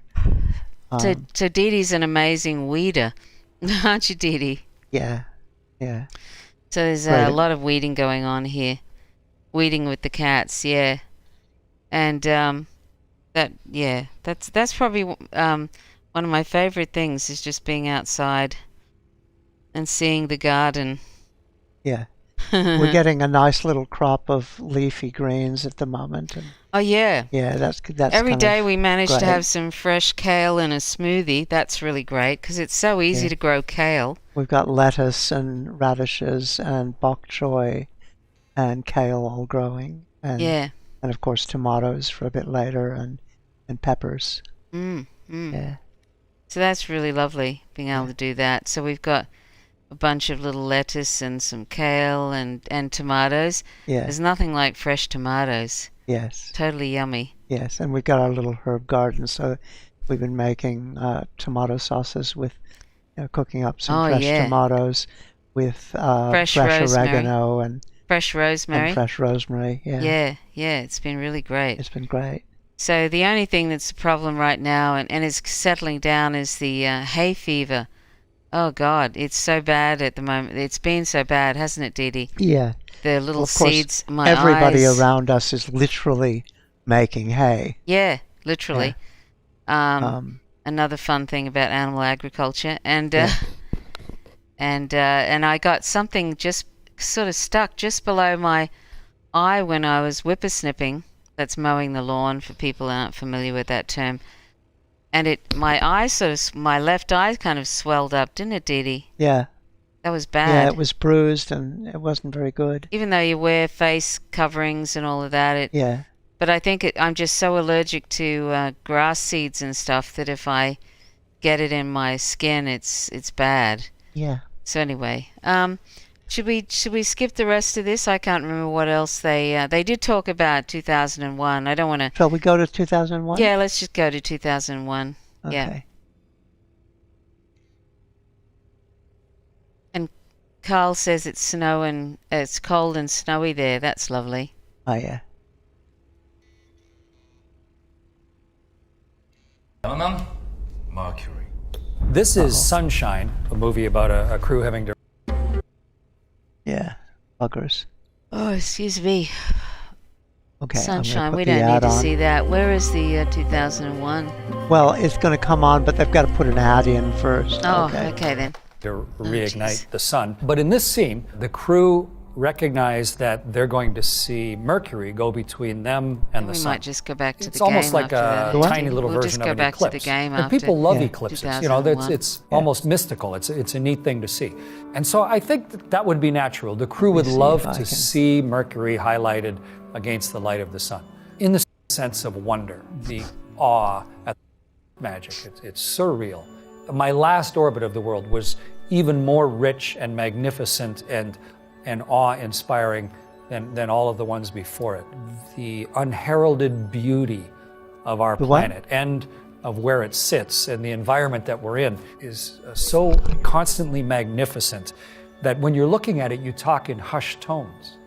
You know, like you've walked into a giant forest or the most beautiful cathedral on earth. Yeah. You don't talk in a big brassy voice there. Yeah. You're reverential of where you are. And I think Yeah, we that can little do that. scene gets some of that, the reverence and understanding of both the minuscule be able to nature of find being it. a human in the enormity of the universe, but also the enormity doing of now, being Dee? able to see it in that way, the huge awareness that we have. Perhaps the greatest space movie of all time, 2001, A Space Odyssey. Arthur C. Clarke's great book, amazingly portrayed in the late 60s by Stanley Kubrick and his team. When I came back from my first space flight and sat in my living room with my wife, I remember telling her, it was amazing how you see the world, the speed you're heading over the world, the big curve of it. It's exactly like they guessed it would be when they showed it in 2001. The imagery of it as that ship that left Earth and is coming up to dock with the rotating space station, the sort of gigantic slow ballet of spaceships. At the time, I remember thinking it's like, elephants mating, this big, ponderous, careful, three-dimensional activity with a specific purpose in mind. That's what it felt like to fly a ship up to try and dock with a space station. The little pen floating out of the passenger on board who has fallen asleep. And now the flight attendant walking down the aisle and having Velcro on the bottom of her shoes matching the Velcro of the floor. The inside of the International Space Station, there's Velcro everywhere. Anywhere you want to stick anything, including that pen, there's Velcro on the pen with the one type of Velcro, and the wall is the pile or hook. She did sort of stumble though, which was obviously a gravity thing if you watch it really close. But the idea of placing one foot, then placing another foot and peeling them, almost like someone walking up a wall of ice or something, that was an interesting solution to the problem. I think it's beautifully, artistically, and quite scientifically portrayed. It's great. Okay. I'll see if I can find that thing on cheating now. That's amazing. I didn't know about the Velcro thing. Like, Yeah, I think that was an amazing thing. I had hadn't no heard that idea. either. That everything is coated with Velcro. how obviously Velcro has been around for a while. I didn't think it had been around that long. Yeah. Did you know that? Yeah. Did he? Well, I remember Velcro being around in the 60s Oh, okay. I didn't think it had been around that long. and velour. That's amazing. And velour. Yeah. Velour. Oh, All the original Star Trek uniforms were Yeah. velour. So are you gonna? Okay. Where I is the sent you cheating? that on Casino Twitter, cheating. Didi. Here we go. Did you see it on Twitter? If you Did he? want to lead something, Oh, God. start by saying, Did he? this is what Hang I care on. about. Let me this just is get what I rid of want to do. Clinton. And You want to have some fun at home with your friends? You Yeah. take out 3 cards. Take out the Queen of Club, Ace of Diamond, and the Jack of Spades. Watch that Ace of Diamond. Because when I put it onto the table, you have to bet where it is.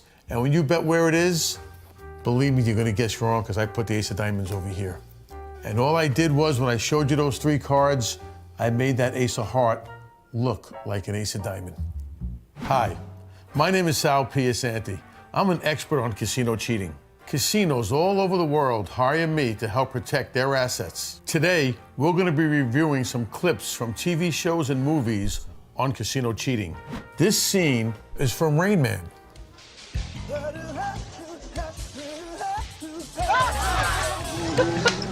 Hey, what's your secret, guys? You cheat. I'm sure he was joking there, but a lot of people do think card counting is illegal and it's cheating. It is not. Card counting is not cheating. What do you see? Well, he's not catching the whole card, but he's not past posting this. I don't see him using a computer. Surveillance made some good observations. He's not catching the dealer's whole card, which means when the dealer takes his card, you're not seeing the card underneath. He's not pass posting, which means he's not adding to his bet. And he's not using computers. Now, when they talk about using computers, these are just some of the things they could be referring to. This is interesting. For example, if you look at these shoes right here, this shoe is the only shoe I have where it's cut away so you can actually see the switches inside it. But these computers are called perfect strategy computers. They keep track of every card that's being dealt and know exactly what's left. Once the computer decides on how to play your hand, it vibrates on this little solenoid right here through a series of Morse code dots and dashes and tells you how to play your hand. These computers right here could play blackjack better than the brain could possibly imagine. What he was doing what these computers could do, but he was doing it in his head. He was able to keep track of how many cards were left. If somebody is actually playing like that and they're winning and surveillance can't figure out what's going on, sooner or later, they're just going to label him as a card counter. They're going to back off that player and say, sir, your play is too good for us. You're allowed to play any game here except blackjack. Something's not right. You know there's no one in the world can count into a 6-deck shoe. That's obviously a false statement because counting down with regular conventional card counting is very easy to do on a 6-deck shoe. Just as easy to do as a single deck. All you're doing is keeping track of the ratio of high cards versus low cards. When a deck becomes really rich at high cards, it favors the player for 3 reasons. You're gonna get more blackjacks, you're gonna get more 20s. Number 2, you don't have to hit your 12 to 16s, the dealer must. And then 3, you have additional options the dealer don't. You could hit, insure, split, surrender, double after a split, and no matter what card counting system you use, they are all designed to do one thing, to let you know when a deck becomes rich in 10s.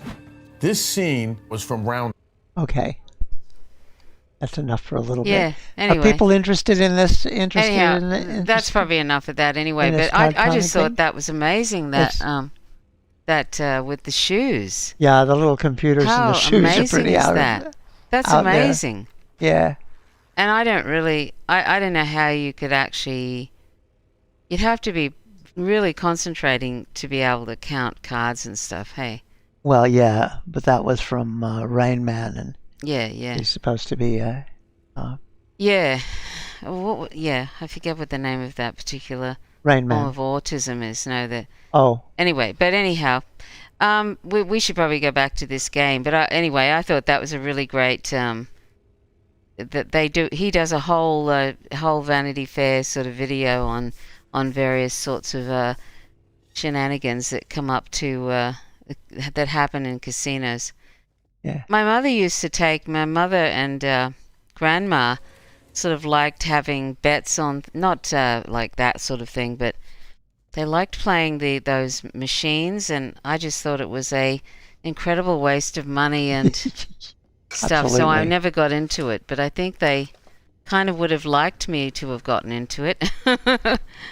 It's just a big waste As a of social money. thing, yeah. Huh? As a social thing. As a social thing, Yeah, I've never gotten into them. Gambling just doesn't do it for me. No. It just seems like throwing money away, and I guess I've never had enough money to make that work. I mean, I think if you're gambling and you have a lot of money, you can play the odds in some way, but here we are in beautiful space. Have you seen, I haven't seen that Ocean's 11. I think there's Ocean's 8. That was a Frank Sinatra thing. Then there was Ocean's 11. Or is that Ocean's 11? I don't know. But has anybody seen that? I've Ocean's never seen 7, wasn't it? Or something? Yeah, I don't know. I don't know. Maybe it was Ocean's 11. The most recent one had women in it. I think it had Sandra Bullock and Rihanna and people like that. I never saw that. Kate Blanchett. So has anybody had anything exciting happen to them so far over the holiday season, or any plans for the Anybody new, get any new nice year? presents if you do presents? We don't. No, any plans for the new year or anything like that?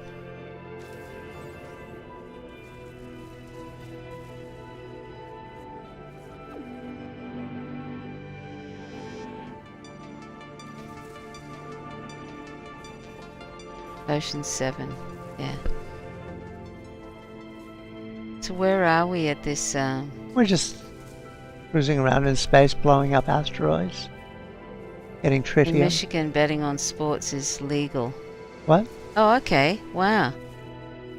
I thought it was sort of legal all over the place, no? I think in the U.S. it's only legal in Nevada or someplace. Huh. That's Okay. why there's... Oh, and on Indian reservations, Okay. because they're not state. Right.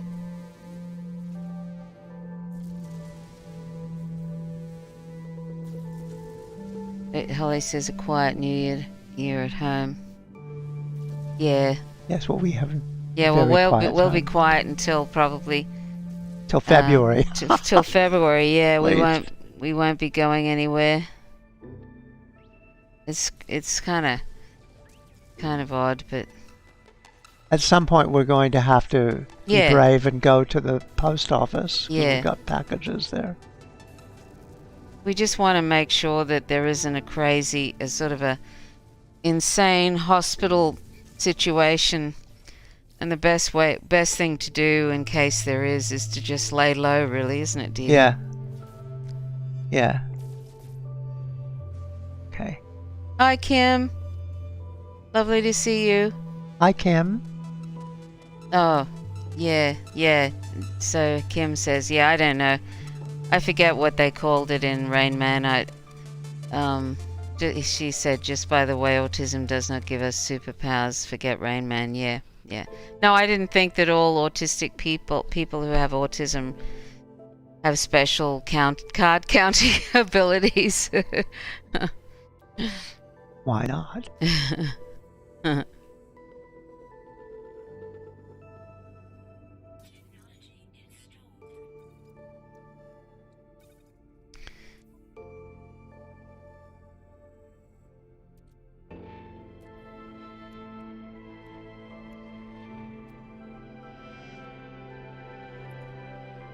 So what's happening here, Dee Oh, Dee? I'm just making an economy scanner. That's I it. need a That's scanner. it, Holly.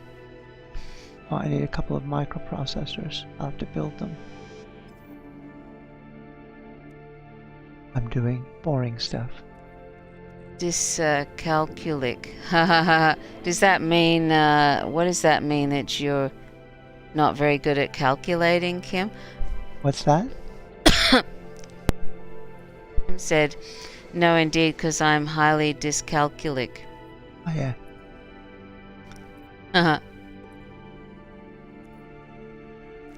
What happened to somebody who popped in for a little bit and is gone now? Veritir. Oh, from Iceland. Veritir.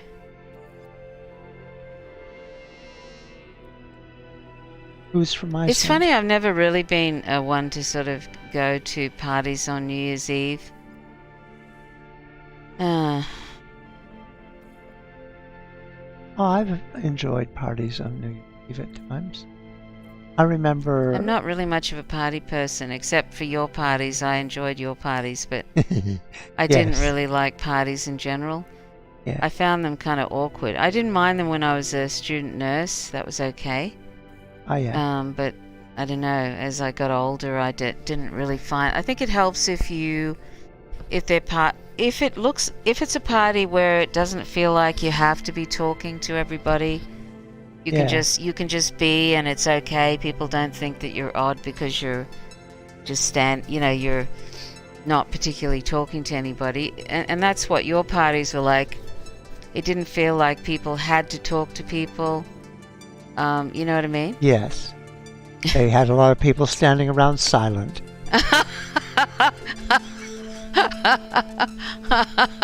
That's not true. No, they were great. They were fun. Yeah. They were fun party. But there wasn't this pressure to be having to be chatting. And I'm awful. There was at a lot of small talk. space, and people could and nice little nibbly food things. And, I'm awful at small talk. yeah. I'm pretty good at. I can small talk with the best of it if I have to. You know what I mean? Yeah. If it makes people feel comfortable. But I really don't like doing it. Like, I'd rather eat a bag of hair than have to spend a long time talking small talk with people. You know what I mean, Dee Dee? Yeah. Yeah. You don't mind it, do you? What, or do you? parties? Small talk. Small talk. I'm not much of one for small talk. I've always. What? Kim said, my idea of a party, everybody is quiet. That's the one.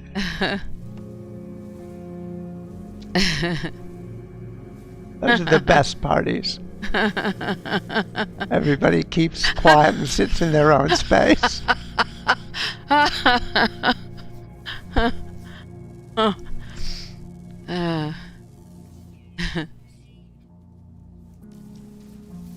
Yeah, anyway, they were good.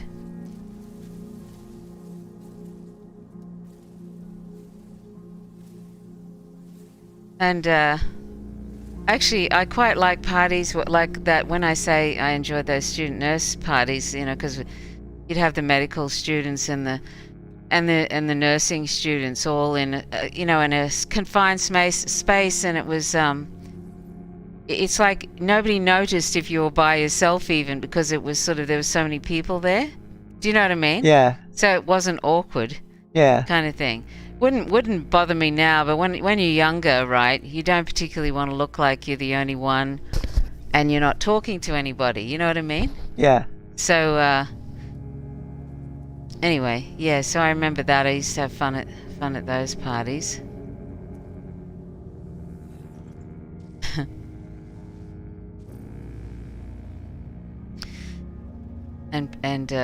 and student nurse friends of mine trying to hook me up with some doctor that was way too old for me, like probably more than twice my age. He has money. Wrong sex and wrong age.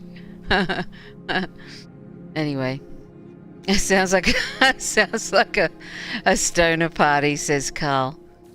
Sounds like a what? Sounds like a stoner party. A stoner party. Oh, yeah. No. I used to smoke dope when I was in my 20s. My late teens, early 20s, and then I stopped. It started making me feel a bit paranoid, so I stopped doing it.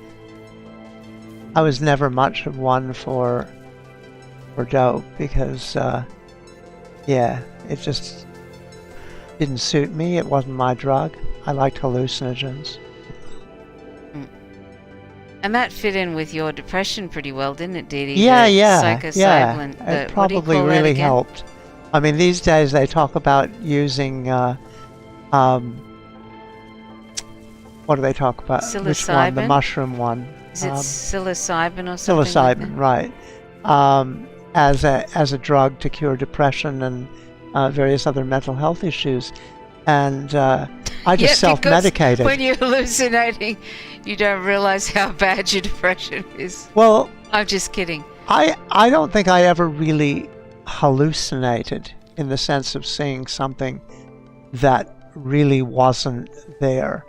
I mean, I got all the visual effects of the walls running and that kind of thing.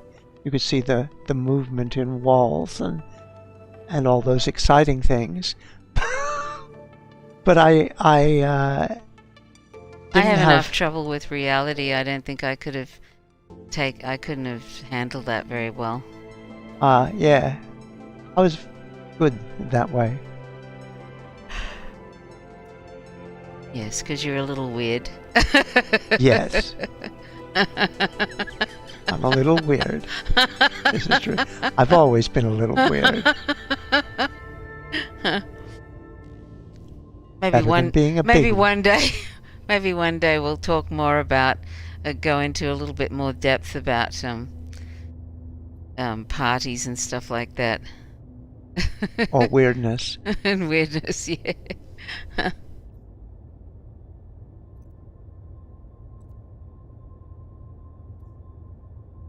Where are we now, Dee Dee? We're in the galaxy map. I'm trying to figure out where I want to go to. I want to go to an exciting planet. I'm just laughing at Kim's thing. What? I'm just laughing at Kim's thing. My idea of a party, everybody is quiet. Is quiet, yes. Carl said Magic Mushrooms trying to make it legal in Michigan at a public magic mushroom party. Really? Yeah. Oh. That used to be called an acid trip.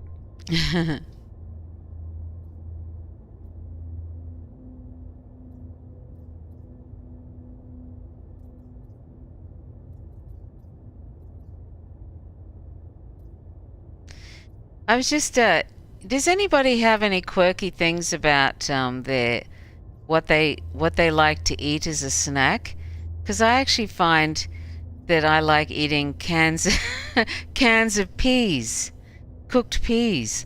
I love opening a can of peas and eating them. Does anybody have weird sort of things like that for snacks? Do you, Dee Dee? Well, I used to love in the United States where they have frozen concentrated lemonade. Oh, that's right. Yeah, that was really good. That's just straight up sugar, though, that tastes like lemon, No, right? no, it's just straight up really strong lemon. Oh, really? Yeah. Huh. That's right. I remember when I went over there for a visit, they had all that sort of concentrated frozen sort of fruit stuff. Juices, yeah. Yeah. I used to just love opening it and spooning it out. Kim said, I don't know why, but that's making me laugh. Which you mean the cans of peas? I'm a cheap date. Buy me $1.10 can of peas. Yeah, that'll do it. And I'm happy.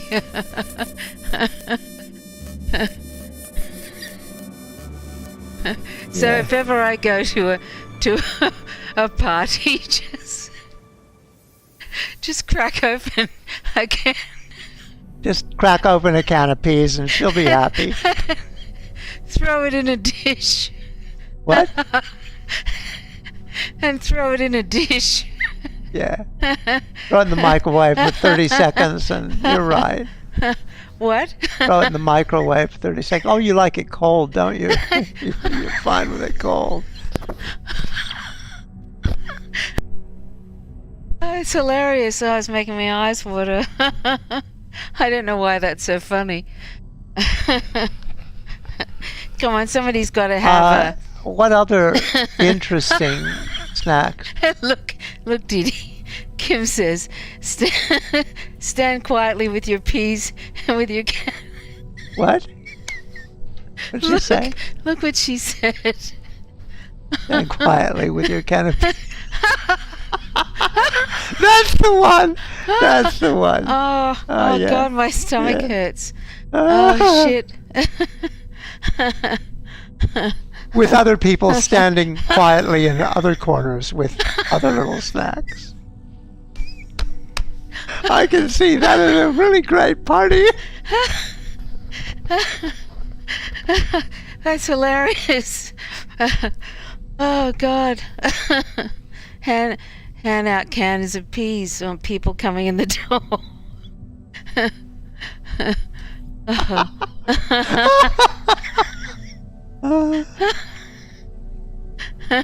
or a concentrated lemon fruit concentrate, Dee Dee. Yes. Oh God. Come on, Kim, you must have a thing Does that you like anybody to have eat any that's- little food fetishes? Yeah, do you have any Yeah. food fetishes? Look, she's laughing. Oh God.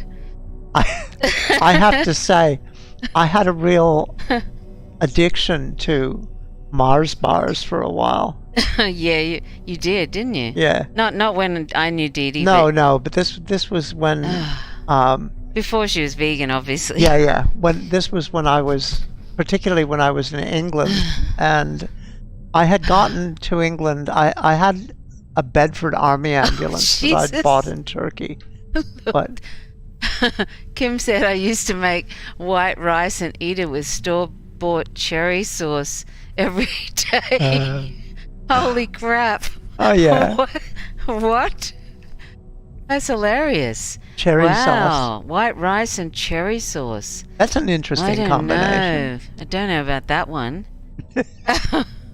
Wow, that's like a savory and a sweet thing all at one thing. Yeah. I guess yeah. you can have rice pudding and stuff like that, so why not? Hey, Yeah. Dee Dee. Yeah.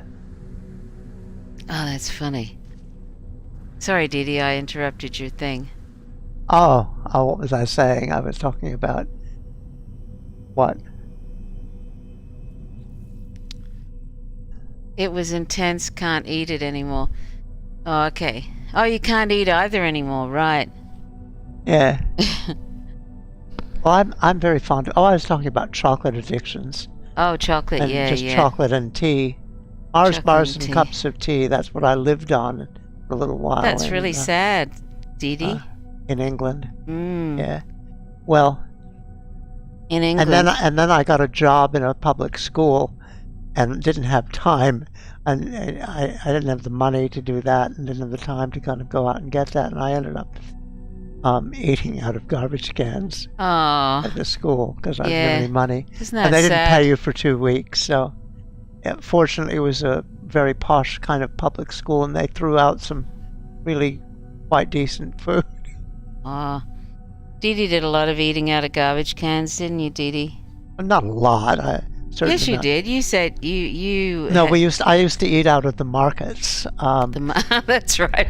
It was the market things, not the we garbage go cans. we go this was we go and collect food at the markets when they closed down, and people were throwing out like half cauliflowers and Yeah. bits of stuff that they probably weren't going to be able to sell the next day or whatever, I didn't think and you could. and we used to take it home and make big soups out of it. I didn't think you could actually get access to those bins anymore because they kind of lock them up, don't they? Well, they do Okay, in Kim. supermarkets, but I don't think they do. Like this was a Come. veggie market in a square, A like it veggie was an market in a open air veggie market. Yeah. This was in Amsterdam, and that was look. good. I've got a little caddy on my lap. Maybe I can nibble you, Nandi. He said, "What are you talking Oh, you're about?" making it sound sophisticated. What? Oh yes, this is the cherry and Yeah, rice. yeah. Yeah. Yeah. I love rice and sesame seeds. Rice and sesame seeds. Yeah. Yeah, brown rice with brown sesame rice and seeds on sesame it. seeds. Yeah. I think I got into that when I was young and used to go to the Zendo. And Well, I've always loved sort of pudding type things, so I had to I eventually got Dee Dee into eating pudding type things, didn't I, Dee Dee? yes, I was never much of one for sweets, except for chocolate. But dessert, I was never much into that, aside from fruitcake. I'm very fond of. Yeah. And I tend to make fruitcake with a lot of rum in it. Yes. And we give it to the neighbors. Yeah, Dee Dee made a couple of Christmas cakes this year and gave one to all the neighbors. That was nice. Yeah. And we decided, because we were going to be locked down, self-imposed lockdown, that we would get ourselves as a gift a fancy coffee making machine, and so we can have a coffee now and then. I only have sort of coffee that has it's just a whiff of coffee over the top of soy latte kind of thing, and Dee Dee likes to have strong coffee, so we sort of got this machine, and my goodness, it makes good coffee, doesn't it, Dee Dee? Yeah. Wow. Better than any cafe I've been to. And I have to be honest and say I don't even really like coffee. That's why I only have a tiny little bit of actual coffee, but I could probably drink a normal coffee with this because it's so good. You are drinking a normal coffee all the I time. mean, no, I'm not having as much coffee as you would have. No, but almost. Oh, really? Actually. You shouldn't be giving me that, Dee Dee, or I'll be bouncing off the walls. Yes, I know. You're such You're a very sensitive naughty. fellow. You shouldn't do that, Dee Dee. Okay. Why are you doing that to me? Well, I've only done it the last time Rat bag. because I just didn't pour the coffee out. I Oh, no. gave you a whole double shot. And Nandi's trying to reach up and get my attention, and Swifty is snoring.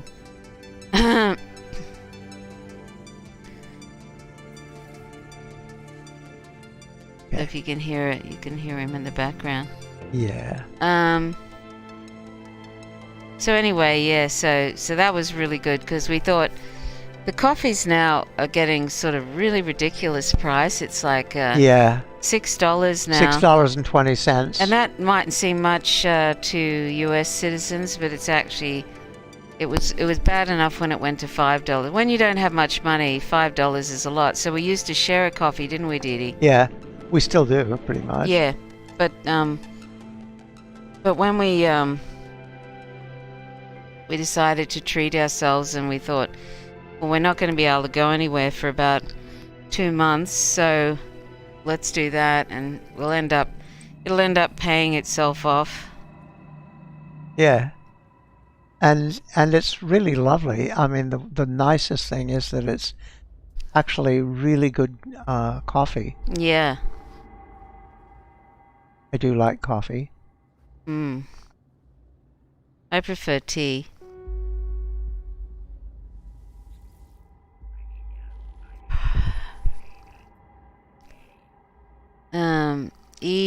Hi EB Bud. Any energy drink while gaming? Not really. Dee Dee doesn't really. You play games, but you don't do those insane. What? You don't do those really full-on, I games never do that they those play. energy drinks. No. Huh. No. Anyway, if you're ever going to buy a coffee machine, it's called, what is it, Barista something Express, isn't it? No, it's called Breville Barista Express. Barista It's Express. very good. Makes great coffee. Yeah. And it won't take too long to pay it off, and you'll be surprised how good it is compared to cafe stuff. Yeah, it's I'm just learning how to do the kind of coffee thing properly, but it's interesting. because if you have the grind too fine, Fine. or it's too hot, too much pressure, then it comes out bitter. And if Yeah. you have it not hot enough, or enough pressure, or the grind is too coarse, then it comes out sour. If you get it just right, it's wonderful. Yeah. Folgers coffee, I'm not familiar with that. Oh, that's an instant coffee, Oh, I think. okay.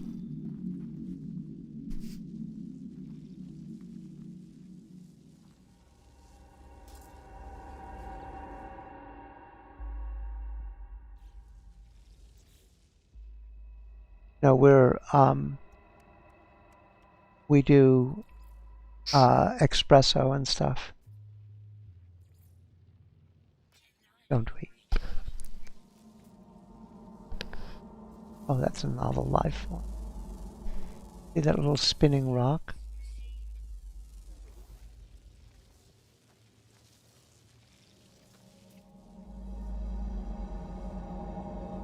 It remembers Excuse me. faces. Yeah, tea. I drink a lot. I drink tea most of the time. 95% of the time, I drink tea, and then I have 1 cup of very weak coffee every day, and it's so yummy. Just made on soy milk, Yeah, and it's totally yummy. yeah, and we pretty much enjoy that. Yeah, that's a real treat. Normally we just drink tea. We're good Anglophiles. Oh, excuse me. I may have to go soon, Dee Dee. I'm afraid. Dee Dee? Oh yeah. But I'm very look, there's tired. little animals Huh? for food. Can I feed this? What's all that stuff on the ground? Well, there's that spinning rock is actually some kind of an animal. That looks like a spinning coffin. What? That looks like a spinning coffin. Yes, it does.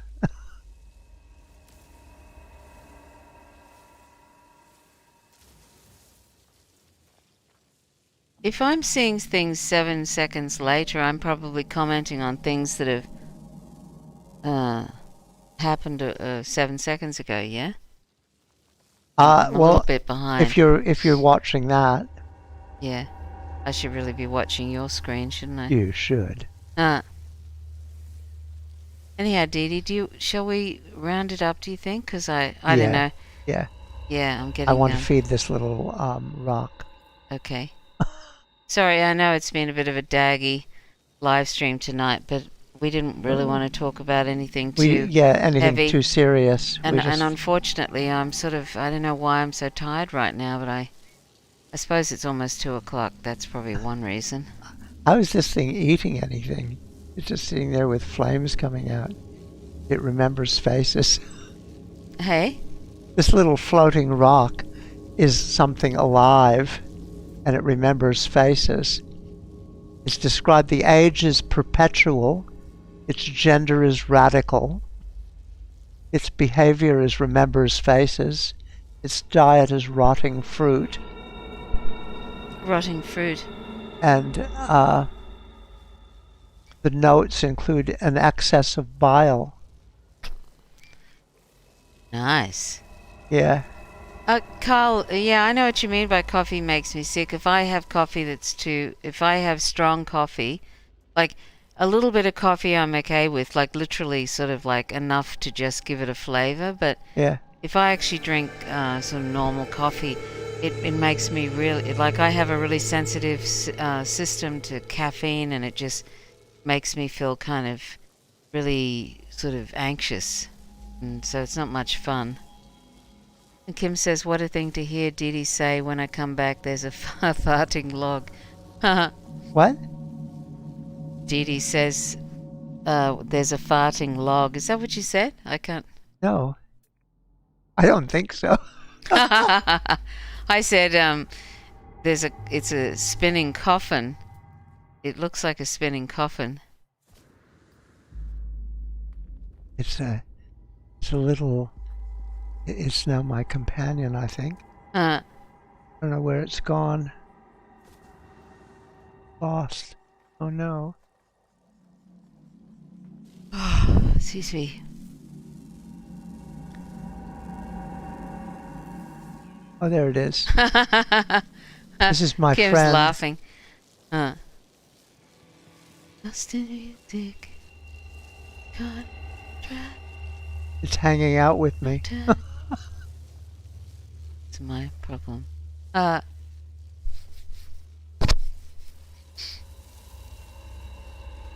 Where's my spaceship? How do I get out of here? But I was finding that the coffees at cafes was sort of like, I don't know, with either sort of sour or bitter, and it's because of they would, you know, they don't really know. Some of them don't really know how to make coffee. That's the thing. I think. And then we suddenly, Didi makes this coffee here, and it's just fantastic. Yeah. Now we're ruined because it's better than any of the cafes we've been to. So, hey Didi. Yes. I wonder if it will come with me, this little...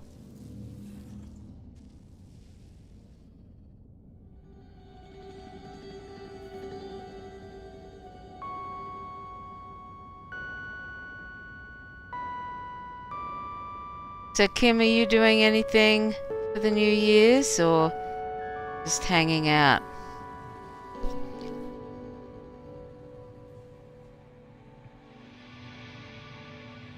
Let's hope that this year is better than last year, coming year. Sorry, I'll probably do. Every year is some shit show going on, isn't there? Either personally or in the world, like constant shit shows in the world. But it'd just be nice to have a kind of a nice year where it's, you know, wouldn't it be nice if it was Wouldn't just it be sort of nice? peaceful? Yes. I don't know that there will be any more. I don't think so. No. No, it's I like think it's the world just is sort in of a dire situation. yeah, and- spinning out of control. And with that, you kind of I don't know. I could just do with a break, like it's 2020, the COVID thing, and it's still the COVID thing this year. Mum dying, and you know, all the different things that go with that, and then the left spinning out of control, and just a bunch of stuff, you know. Yeah. There's other things too, but that'll do. It'd just be nice to have a year where you're not having to constantly deal with stuff all the time. Yes. Wouldn't that be? So Kim's just gonna hang out with the kitty. We're just gonna. I don't really go. We never really go anywhere on New Year's Eve, do we, Didi? No, we not usually anymore. do a In sort Sydney, of I used to do that. yeah. But Sydney's a big city, and I lived kind of sort of fairly centrally. And when you Yeah. live centrally in big urban areas, I think it's a lot more fun to do stuff. I remember watching the fireworks. I had a friend who had a friend who had a penthouse apartment, and we would occasionally get invited to this penthouse apartment, and that was really quite fun because we could sit there and watch the fireworks and stuff over the Sydney Harbour Bridge. And Trish knows what that's about. Yeah. And yeah, Didi's birthday's on the 30th. Yeah. Yeah, Uh, yeah. So my birthday's in another couple of days. Eee. yeah. We really were thinking about making Didi's birthday Halloween because this time of year it gets kind of caught up in all the other things that are happening. And I like Halloween. Yeah, so we might change it. You've got a good memory, Kim.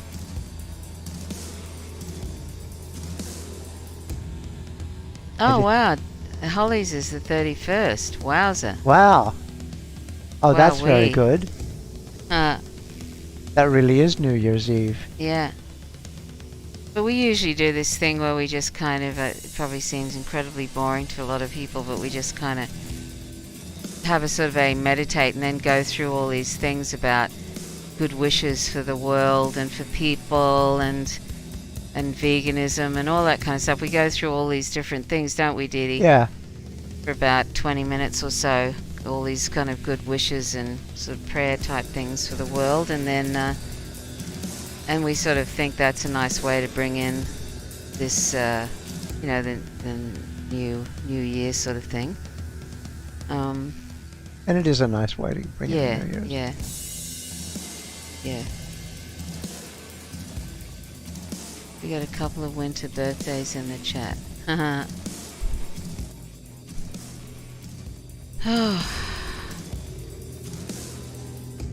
Can you wish me to move out? I will. We will, Kim.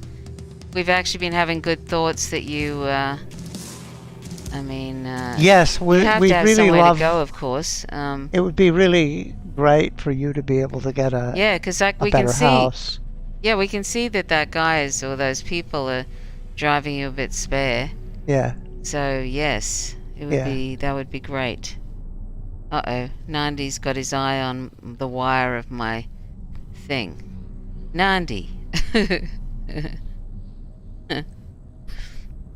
He never used to be obsessed with my microphone wire, and now he is, Dee Dee. Now he is. What Yeah, happened? I don't know. What happened, Nandi? Is it because it moves? Hey?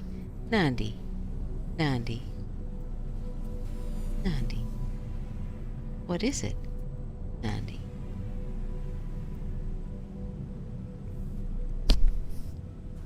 Yes, it's a worry, Kim. It really drives you spare, doesn't it? Yeah. Those people. Yeah.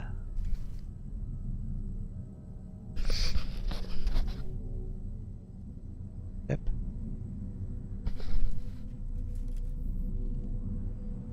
Why has he got little antelope horns, did he?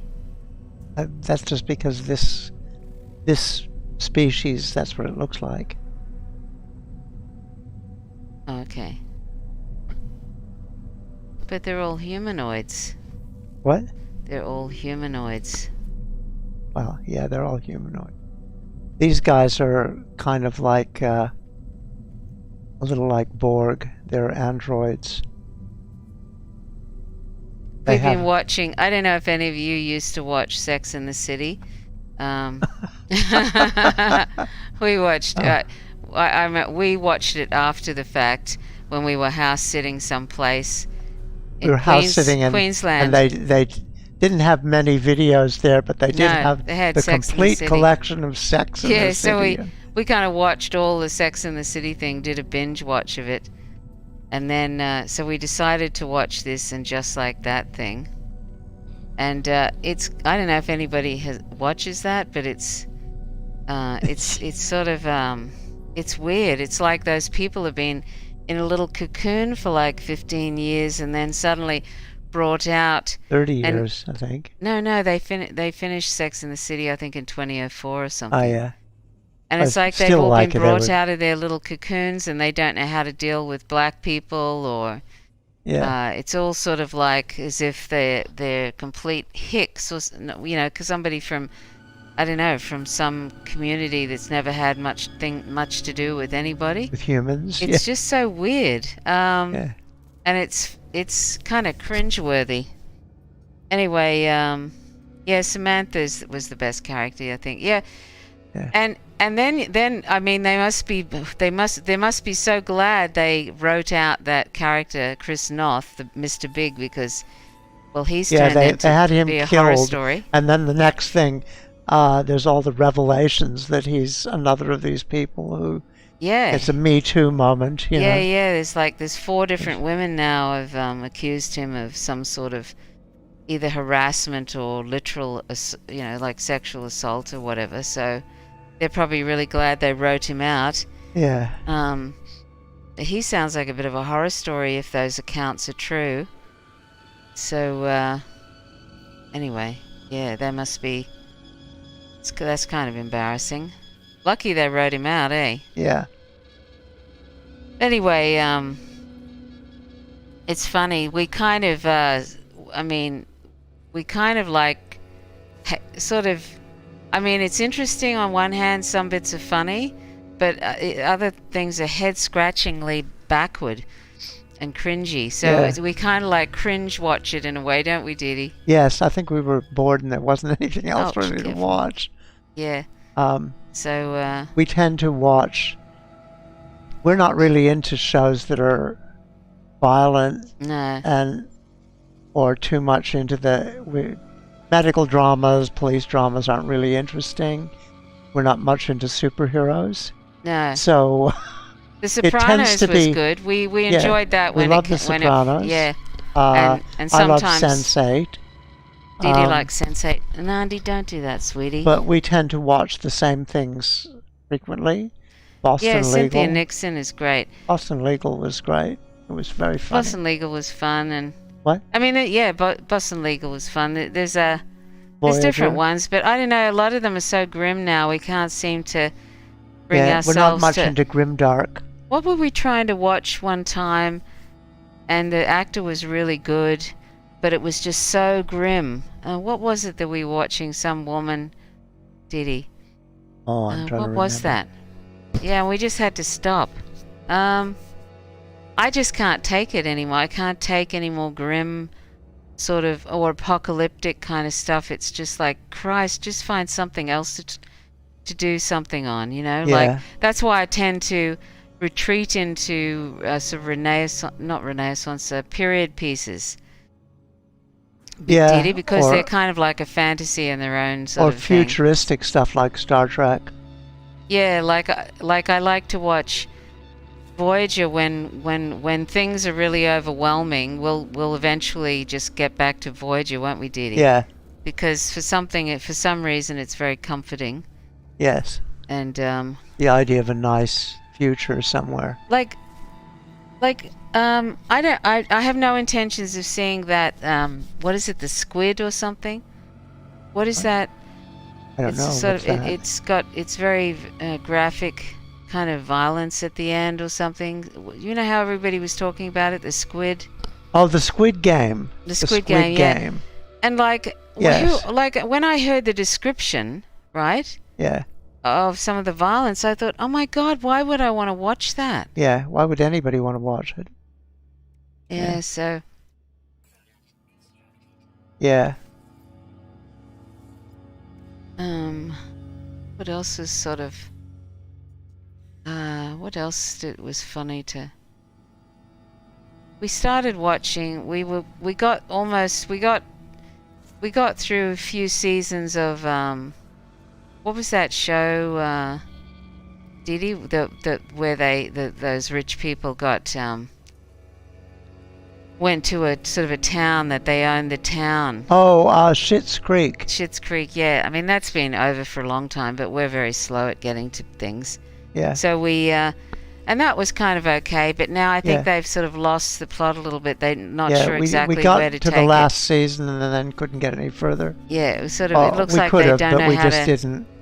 Other things were coming up, and Yeah. it wasn't that interesting.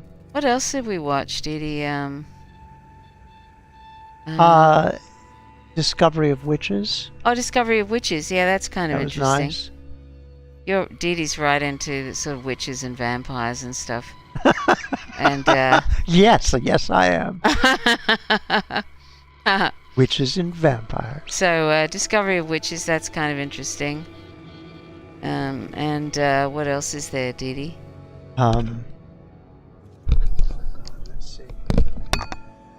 We were so disappointed in, we started watching when True Blood came out. We watched the first season, and the first season was really good, and then it just went downhill from there. I mean, I'm sorry if anybody really loves that show, but we just found that it sort of became like a vampire superheroes thing. And then we never ever I never watched Xena ever, Xena Warrior Princess. And so we decided to get that, and we watched that all the way through, and that We was watched kind the of complete fun. Xena. Yeah. That was kind of fun, except the ending where they had to knock her off because you can't let two lesbians have a go off into the sunset holding hands. No, you've got to kill one off. Yeah, yeah. You can never let lesbians have happy endings. Yes. Holly said Anne Rice. Yes, I loved Anne Rice's books. Yeah. I had an interaction with her on Facebook about Hillary Clinton. I sort of she was going on how great Hillary Clinton was, and I sort of said, "Oh, check this out, Anne. It's an Empire Files thing about Hillary Clinton." And she got so affronted by the thought that Hillary Clinton could be bad, she kind of got a little bit upset with me. I think she is one of the people who, because she's a woman. I know. Yeah. That's fucking stupid, isn't it? Yeah. Yeah. So I let it go. I didn't really, that was ages ago. That was. I had that exchange with her and stuff. Oh, okay, Carl. Yeah. Carl tried to watch Voyager, but they removed it from Netflix. I wonder why they did that. Oh, that's weird.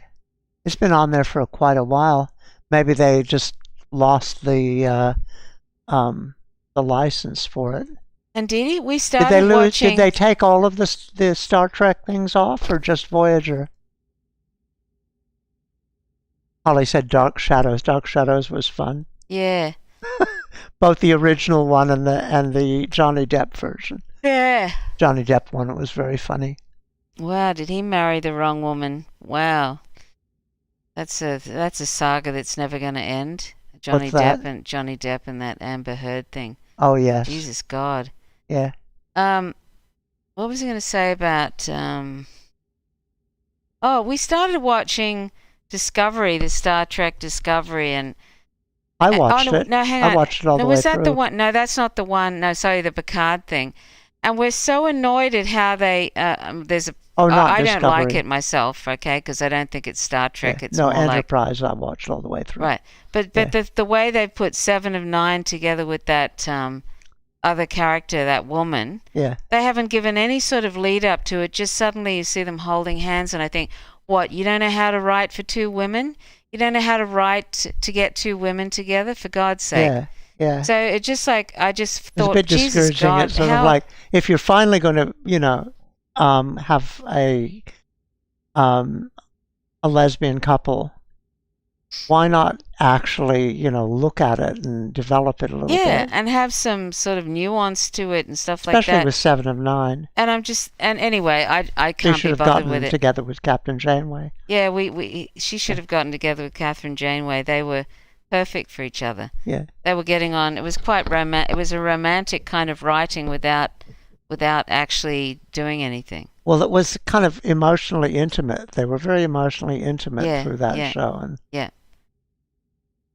It gets very sad how not romantic so much, but heteronormative everything is, and how badly people write for gay characters and stuff. It's not good. If they do. And even the L word is it's just a heterosexual fantasy, isn't it, Dee? Yeah. Dee? Yeah, it is. The L word, the Q thing, and the original, it's just sort of writing and sort of the male gaze, basically, a lot of it, isn't it?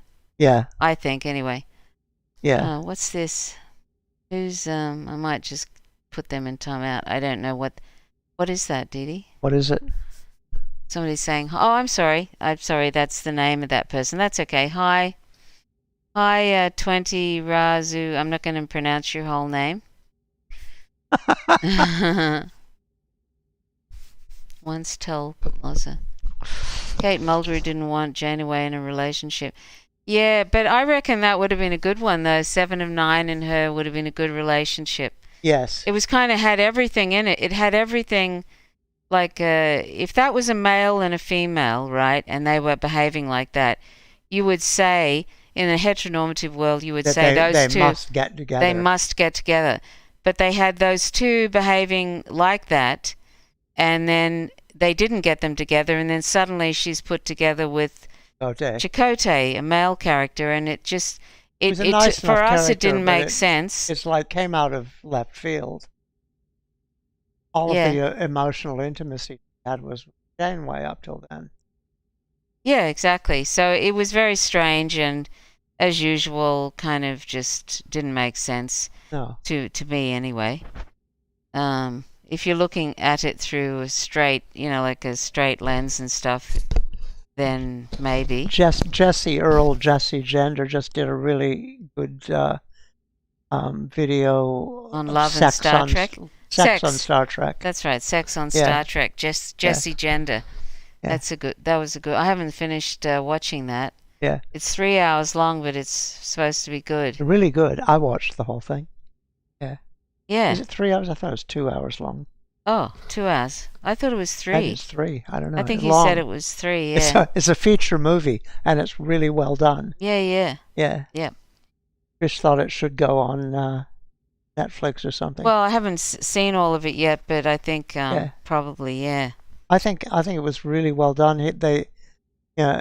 She looked at both the kind of Roddenberry pro-sex thing and also the diversity Mm. that he had in his own life. Although he never did diversity in the sense of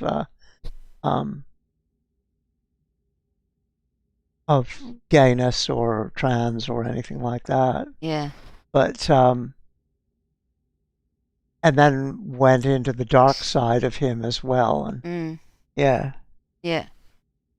Anyway, Dee Dee, we might wrap it up Okay. now, hey? Okay. And Well, we I hope might that's come back. okay. I might do a birthday live stream. Uh-huh. That might be fun, Okay. which will be Am in I 2 included days. What? Am I included in that? No, you're not allowed in. Well, it sounded like you were going to do it by yourself. I was just No, asking. I no. don't assume that I'm invited to everything. Yes, of course. Okay, good. How could I not have you in? I don't know. Okay, then. All right. Well, we're going to go. So I hope it wasn't too Okay. dull. We just really wanted to just hang out for a little while and try Yeah. and avoid doing And have politics. a little bit of lightness and Yeah, um, because politics gets really tiring, and it has there's to so be, much shit going has to be on. some. How did we manage to get 9 likes from just yammering about nothing? Anyway, I really wanted to do a Christmas live stream. yes, Like as Trish said, I've liked parties, and one of the things I used to like doing was the orphan parties things, and I wanted to do kind of a video version of orphan parties, a live stream Aw, version. that's sweet. What? Yeah, video version of orphan parties. Yeah, That sounds but good. but there was so much shit going on in the world that Yeah, we got involved in that and yeah, didn't get a chance. yeah. Okay. Okay then. Anyway, we love Anyway, you all, and thank you so we love much you for all. dropping by. I'm Um, sorry if it was a little bit dull. Kim, I hope things I'm work very out low with energy right your now. housing situation. What's that, Dee I Dee? really do. I really hope things work out for Kim in the next little bit with her Yes. housing situation. Yes, it's very disturbing, Kim. And- Otherwise, it has to work out for you. And it's lovely seeing you Yeah. as always, Holly. And it's Yeah. nice to see Carl and everybody else who came. Yes. Who else Yes. was Very, here? very nice. Okay. Well, hopefully we might see you on Dee Dee's birthday thing, which would probably be like the 31st because it's the 30th here, but it'd probably be the 31st. No, it's the other way around. Oh, that's right. That's right. It'd be the Be the 29th day. 29th. Yeah, that's right. Yeah. Well, maybe I'll do mine on the 31st, and then it's 30th there, That's true. and then we can have for both Holly and me. Yeah, that's right. Yeah. Okay, then we love you, and you're going to turn it off, are you, Dee Dee? Okay, I will. yeah. Okay. Big hugs. Big hugs. Bye for now. Bye. I have to Bye. go. Bye. Bye.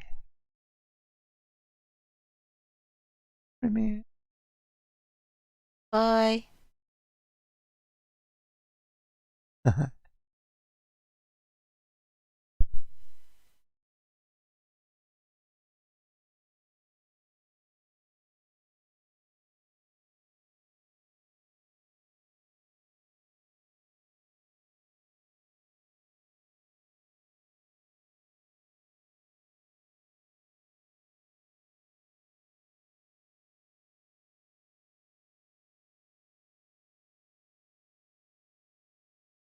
Yeah.